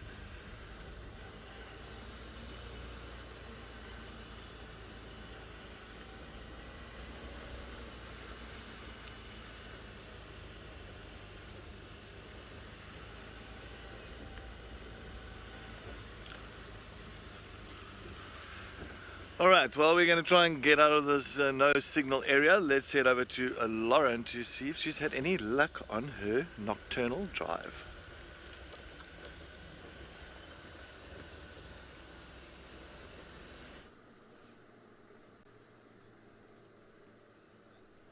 Cedric, please do not stand outside my room at 1 or 2 in the morning and make hyena sounds. That will not be a pretty sight to see me coming out in my pajamas, half asleep. You're not going to enjoy that, Cedric. Not at all. Oh, I just came from Baobab Dam just 2 minutes ago, so we're kind of looking around each other, but now it's time to just drive super slowly, answer all of your questions, try to find some knock-knock animals. I haven't been very lucky at night time. I had Cara once when I first arrived, and that is about it. Mr. Mareebs, why'd you do that to us? Why?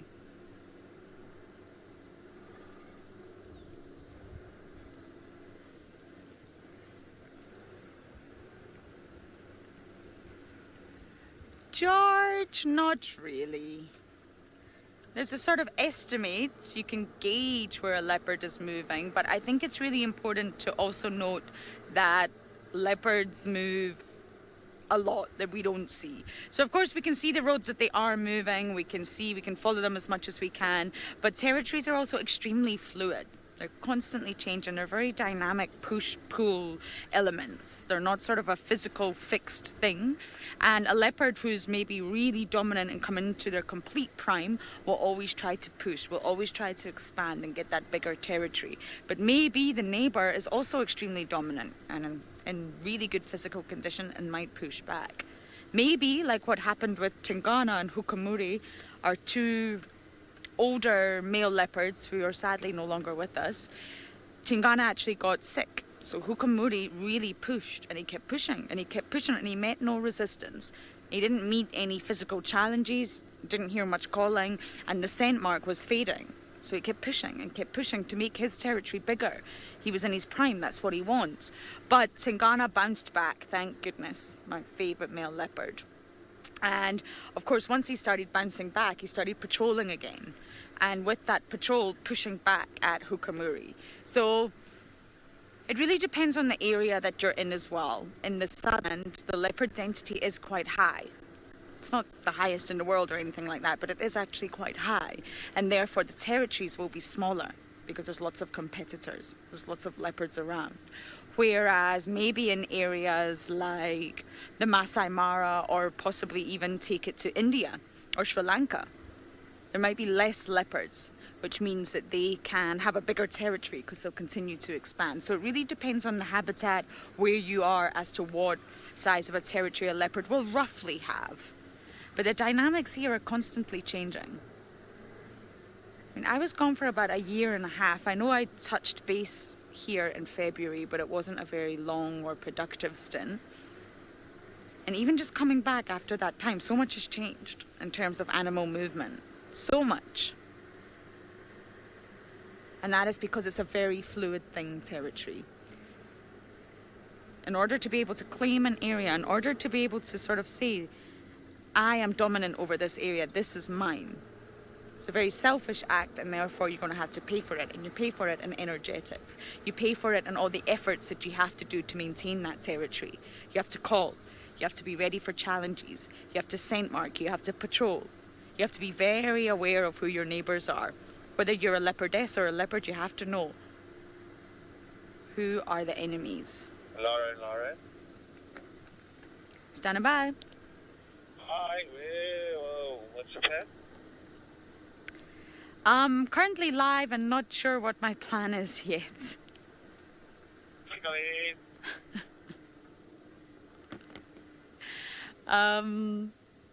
Sorry, Cedric totally threw me there.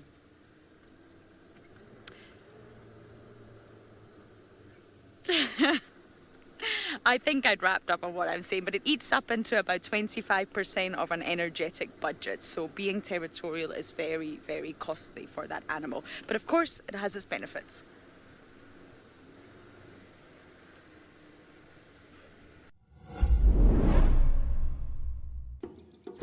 Attention all nature enthusiasts and budding safari rangers.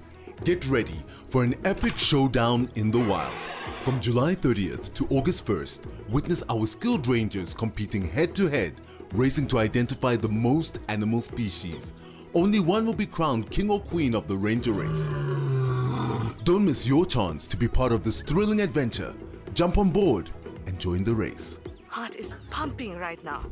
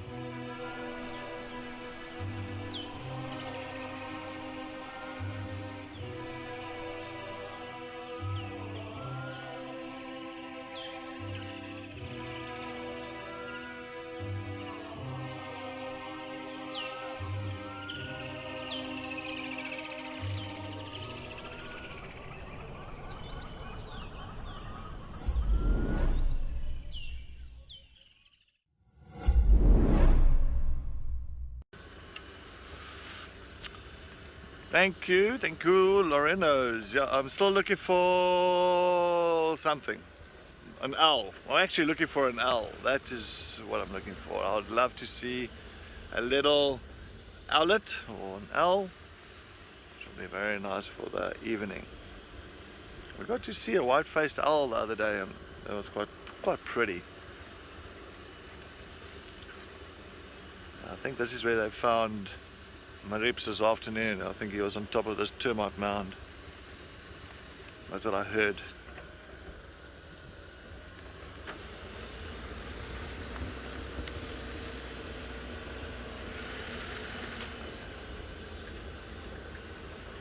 So yeah, I'm still in the northern area of Djuma. I'm still looking around this side. Oh, Ingrid, funny enough, we were actually talking about the wigs today. Last time we saw the wigs before the youngsters left the nest, I think it was January this year, if I'm not mistaken. I think it was Jan. So yes, that's when I heard the wigs have pushed off from the nesting area. So yeah, January. I haven't seen them since then. I have not seen them since then. I did go past there, I think it was yesterday. I did go past that area, always do. But I think they're going to nest again. It should be in August. It should be now. September. September? But I'll just have to double check on that. I'll double check on that. But yeah. The wigs, of course, is spotted eagle owls. Beautiful. They are beautiful. I love those chicks. It was such a nice sighting, such a perfect little area where they had their nest on one of those banks there in the Mulwati. Alright, I'm just going to slowly look out. I had male leopard tracks before. Oh, I forgot about that. So I had male leopard tracks, I'm sure for Mulwati, coming up a vulture's nest next to the Mulwati drainage line. And of course then I got stuck. So yeah, then my search on him pretty much ended very quickly. But yeah, I think that's why I want to go a little bit up to the north here and then go south again. Meredith, nah, any tree. I think if it's like even the small little, like, you know, the little Scops owl or the pearl-spotted owlet, the barred owl, those the small ones will be really in anything. I've seen them here in the silver cluster leaves that's next to us, some of these combretums. So yeah, you can find them anywhere. The larger of the owls, of course, like your giant eagle owl, you know, they'll more be like sitting more in a little bit of an open tree. They won't like to get into something that's very thick. Now they don't want to damage their wings or their feathers. So you can find them really anywhere. But those little owlets are very cute. Well, I almost thought I saw one. Oh, it is one. Yeah, here it is. Is it not? Is it? It looks like, no, it's not. It's not working. Iron light. Alright, let's see. It's not an owl. It looks like an owl.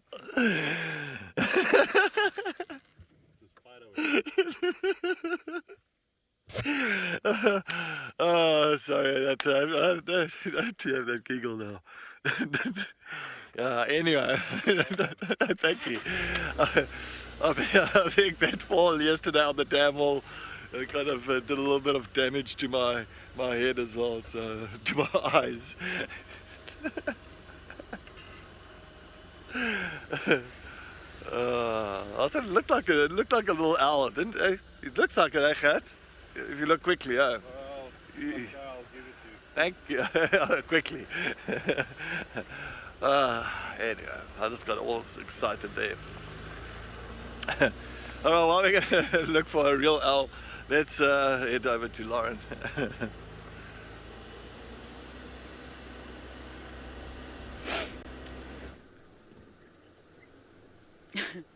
Was it just the fall on the damn wall, sitters? That looked like a real sore one. I couldn't believe it when I saw the clip. Oh my goodness. That's not how you escape a buffalo, everyone. Dear, oh dear, injuries galore yesterday.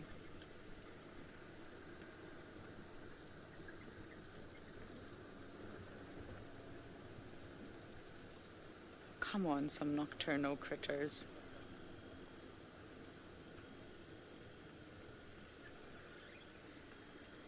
I think the bush is still really thick for nighttime.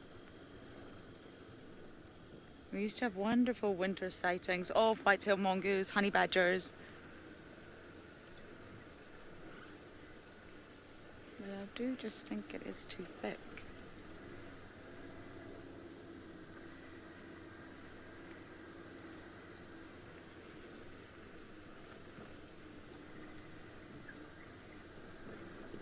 But we'll get there. I have to say the leopard sightings have been tricky since I've been back. I don't really... Oh my goodness, are you still on the back, Owen? I don't really know where most of them are moving, especially Tlalamba. She's keeping herself very secretive. But I really hope the leopard sightings pick up in the next few weeks. That would be wonderful. Because when I first arrived, it was all boom when Steve was here. But Tlalamba, Mowati, Maribs, all in the same area, all in the same sighting.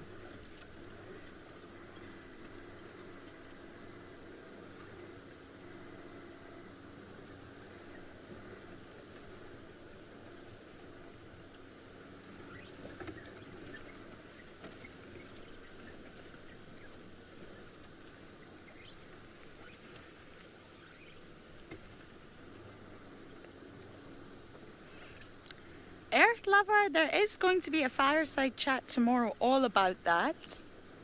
But I think, in my opinion, it's a natural born passion. So I really don't think this is a job for someone that doesn't have that innate passion, that doesn't have that drive for nature or conservation. So I think it's important to encourage people to have a passion in nature and conservation. I think everyone should. But I don't necessarily think you should encourage everyone to want to be a guide, if that makes sense. It's a really tough job. It's also very amazing.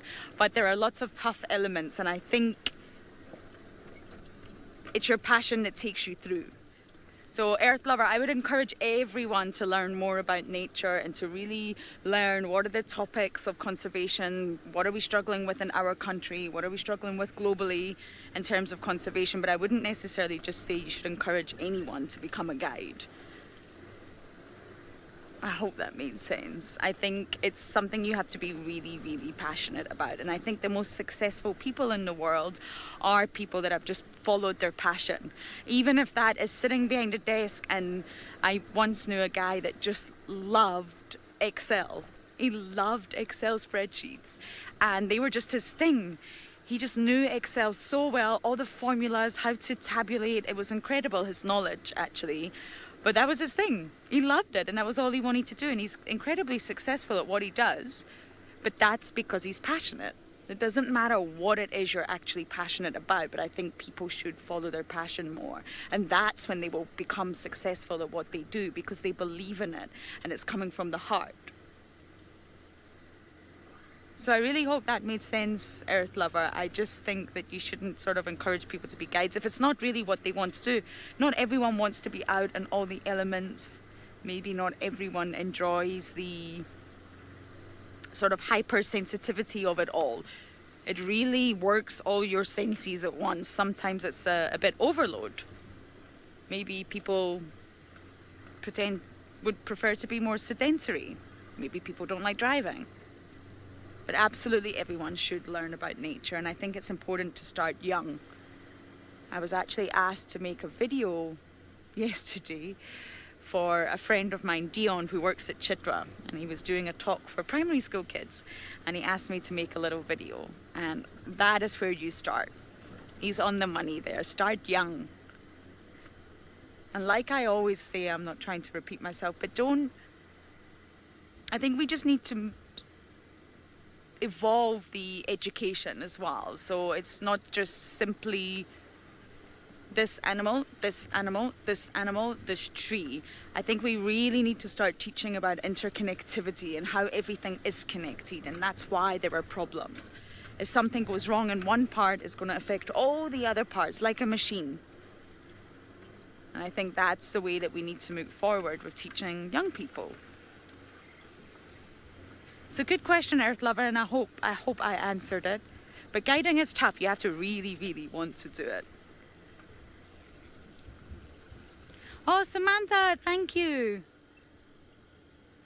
I just think the way the world is today,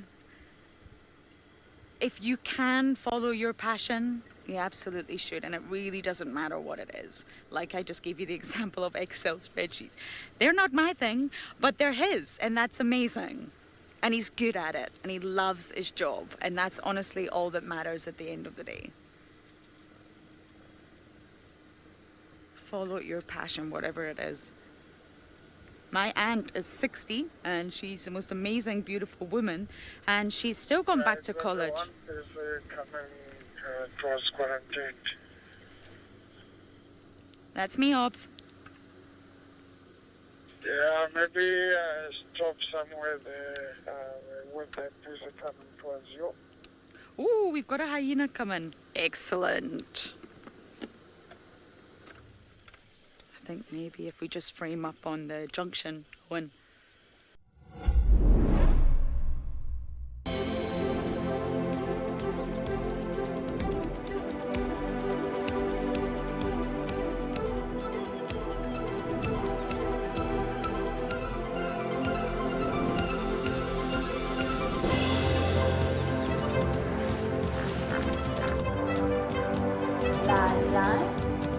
Those sounds just go straight through you.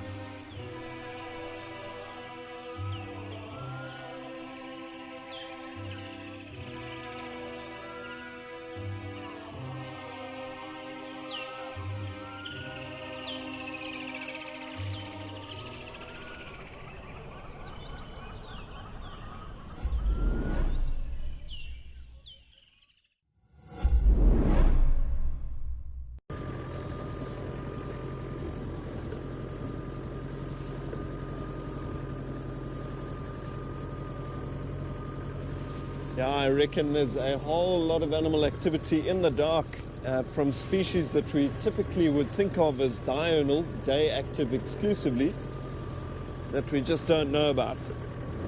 But maybe that's nice. Nice that nature holds on to some of its mysteries.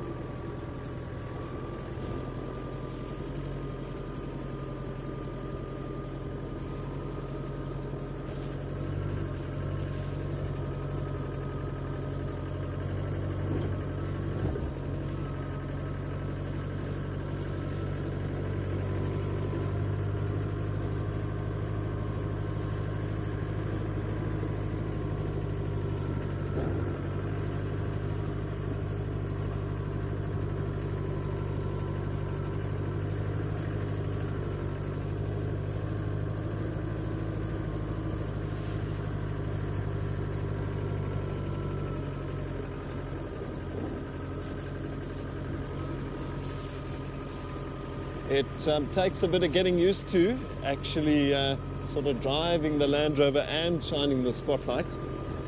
In most of the safari operations that I've worked in, oh, there's a chameleon there.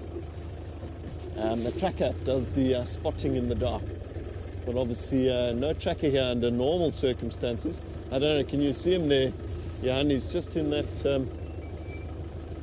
bush. You want to go? Okay, you got him. Cool, okay. Shout if you need me to point him out again there. So it's a little flap-necked chameleon, just in this spike thorn tree.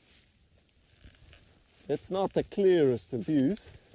He's sort of tucked in there. Obviously tail down at the bottom there, all curled up.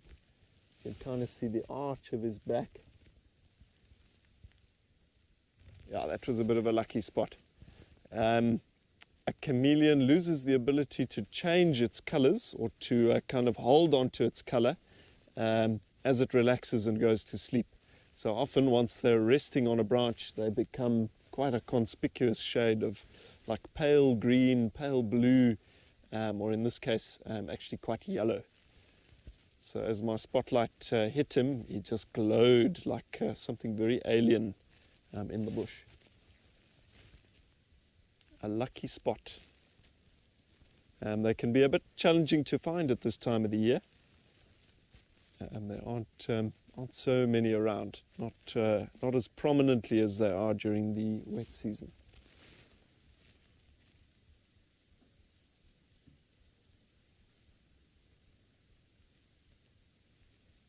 Thankfully he's got no external ears, so he hasn't been disturbed by our presence at all. I can't see his eyes, but I'm doubtful we even woke him up. Nile, no, not at all. So chameleons very, very skillfully will climb from tree to tree. Made all the more skillful by a prehensile tail. So they have a tail which essentially acts like a third hand. So a chameleon that is reaching the end of one branch and hoping to climb into another tree will anchor to that branch with its tail and then reach over with one of its front feet. Once he's successfully put 2 or 3 feet onto the branch of the new tree he's climbed into, he'll uncoil his tail and happily step over.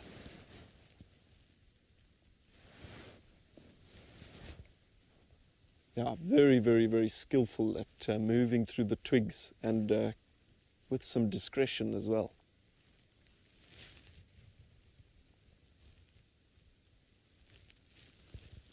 We're not likely to see too many reptiles at this time of the year, being sort of midwinter and the coldest time of the year for us. So it's always nice to spend a bit of time with an ectotherm, a cold-blooded animal when we get one.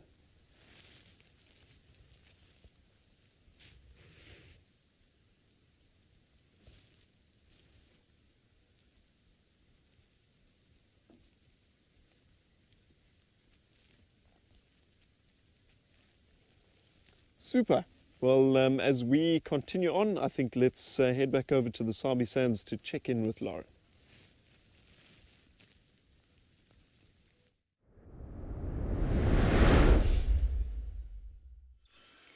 We found something spooky in the dark. My creative cameraman is letting you see it without the infrared. Are you ready? On you go, creative cameraman. Look at that. Look at the difference infrared makes. Isn't that amazing? We have a spider upside down on a leaf. We had June. June just walked all the way up. Aubrey called me on the radio. Lauren, we got a Macy. I got a Macy. He knows how much I love them. And June just came all the way to the car and walked past. So that's amazing. She's dining on Little Gowrie, which we're so lucky to go to due to Polly and Mr. Gucci. And then she comes all the way to Juma at night time. Anyway, now we have a spider. It's really difficult for me to tell you the species because I find it really difficult in infrared. Although it's a fantastic tool, it's not so easy to pick out markers. Could be a green lynx spider. But look at that, defying gravity. Just chilling upside down. Unbelievable. I haven't seen a spider since coming back to Juma. But naturally, it's winter and everything is just hiding. That plethora of species that you normally see no longer exists.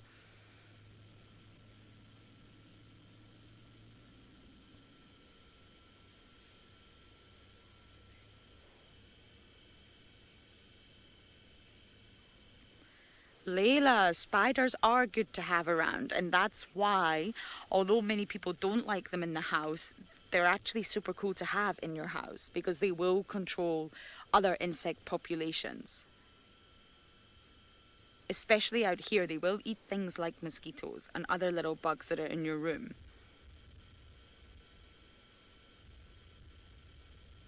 So although you want to go, spider, get it out, and your dog comes running and tries to kill it and it's just chaos, well, it's actually really good to have them around. They will eat other insects, absolutely. Even flies, even moths. The fishing spiders that sit in my room that I really made friends with at Jackie's and miss them, I'm sure Trishala will love them, we caught them hunting moths often in the room. So actually, spiders do more good than they do harm. And I completely understand why people are scared of them. This is coming from me, the person who had really severe arachnophobia. They really do keep the populations of other insects in check. Well done, Leila, they really do.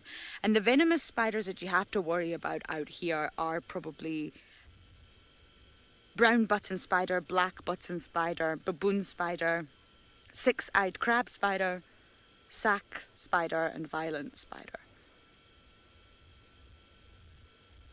Those are the ones that you really have to worry about out here. Each have different venoms, not all the same. Some are cytotoxic, some are neurotoxic. But otherwise, all spiders out here are harmless to us. Really don't want to wake up with one on me or in my bed, but otherwise, harmless. Sally, yes, this guy is very close to me in the car. So I'm very glad that it's well behaved. Obviously resting for the night. Upside down, as one does. So you can see, ta-da, the spider is here. I don't know how I saw this one. Yeah, just here. But thank goodness, it's well behaved. But really, it was coming to WildEarth and coming out to South Africa that really transformed my perception of spiders. I forced myself to learn about them. And the more I started to learn about them and the epic things that they actually do, the more I started to appreciate them. Really amazing animals.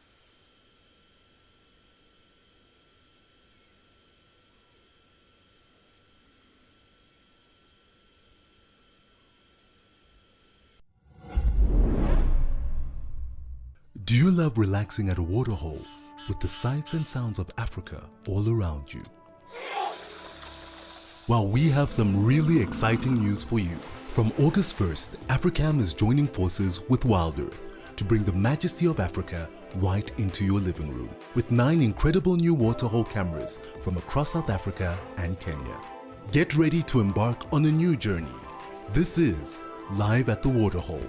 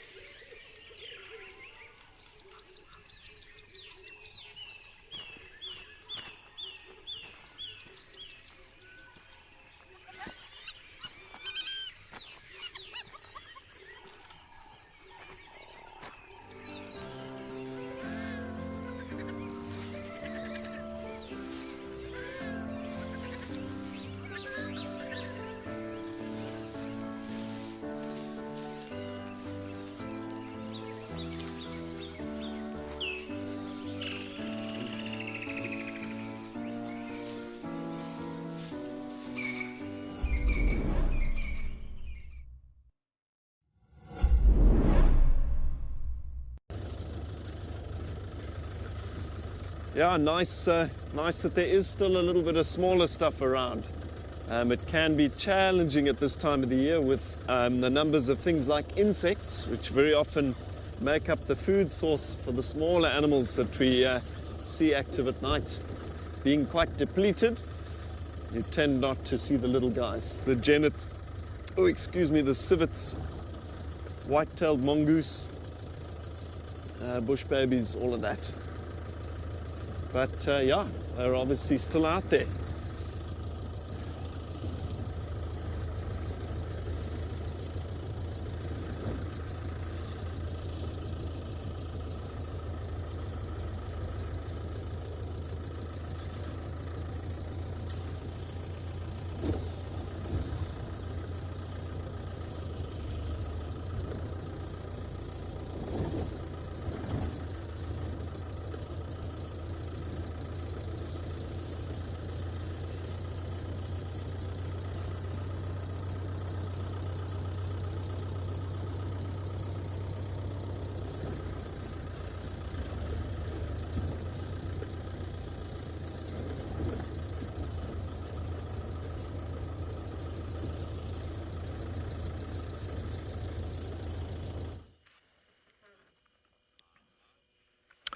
Alright, so we're now on the open clearing. It's just south of our camp, and we've got a nice little antelope, or dwarf antelope, known as a grey daker.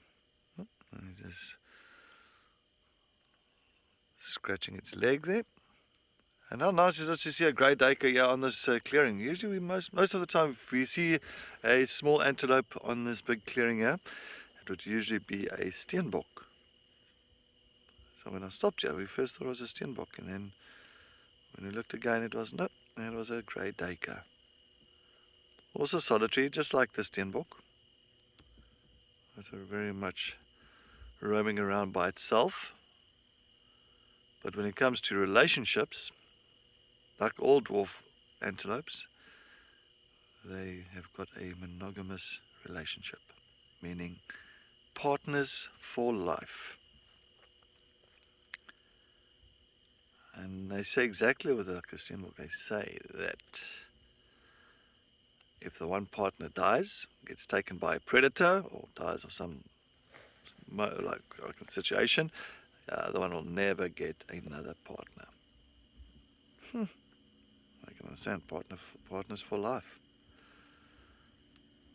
How nice is it just to see a grey daker here in this clearing. But he is moving, unfortunately, a little bit further away from us.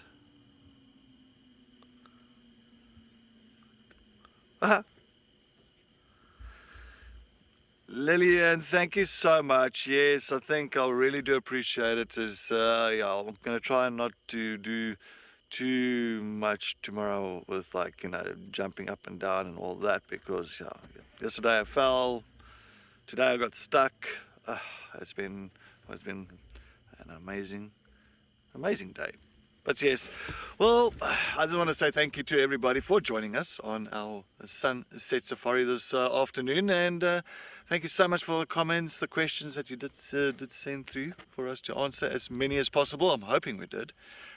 Make sure that you do join us again tomorrow morning on our sunrise safari. And I'm holding thumbs. I'm really holding thumbs that we get some rosettes tomorrow morning as well. Maybe that cheetah will appear. You never know. It might still be on Juma. Never know. But yes, but thank you so much for everything this afternoon, everybody. And we shall see you tomorrow morning on the sunrise safari. From the WildEarth team, good night.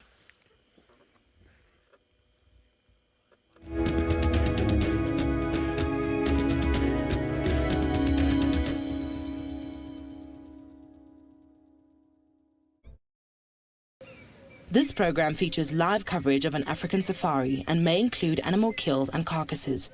Viewer discretion is advised.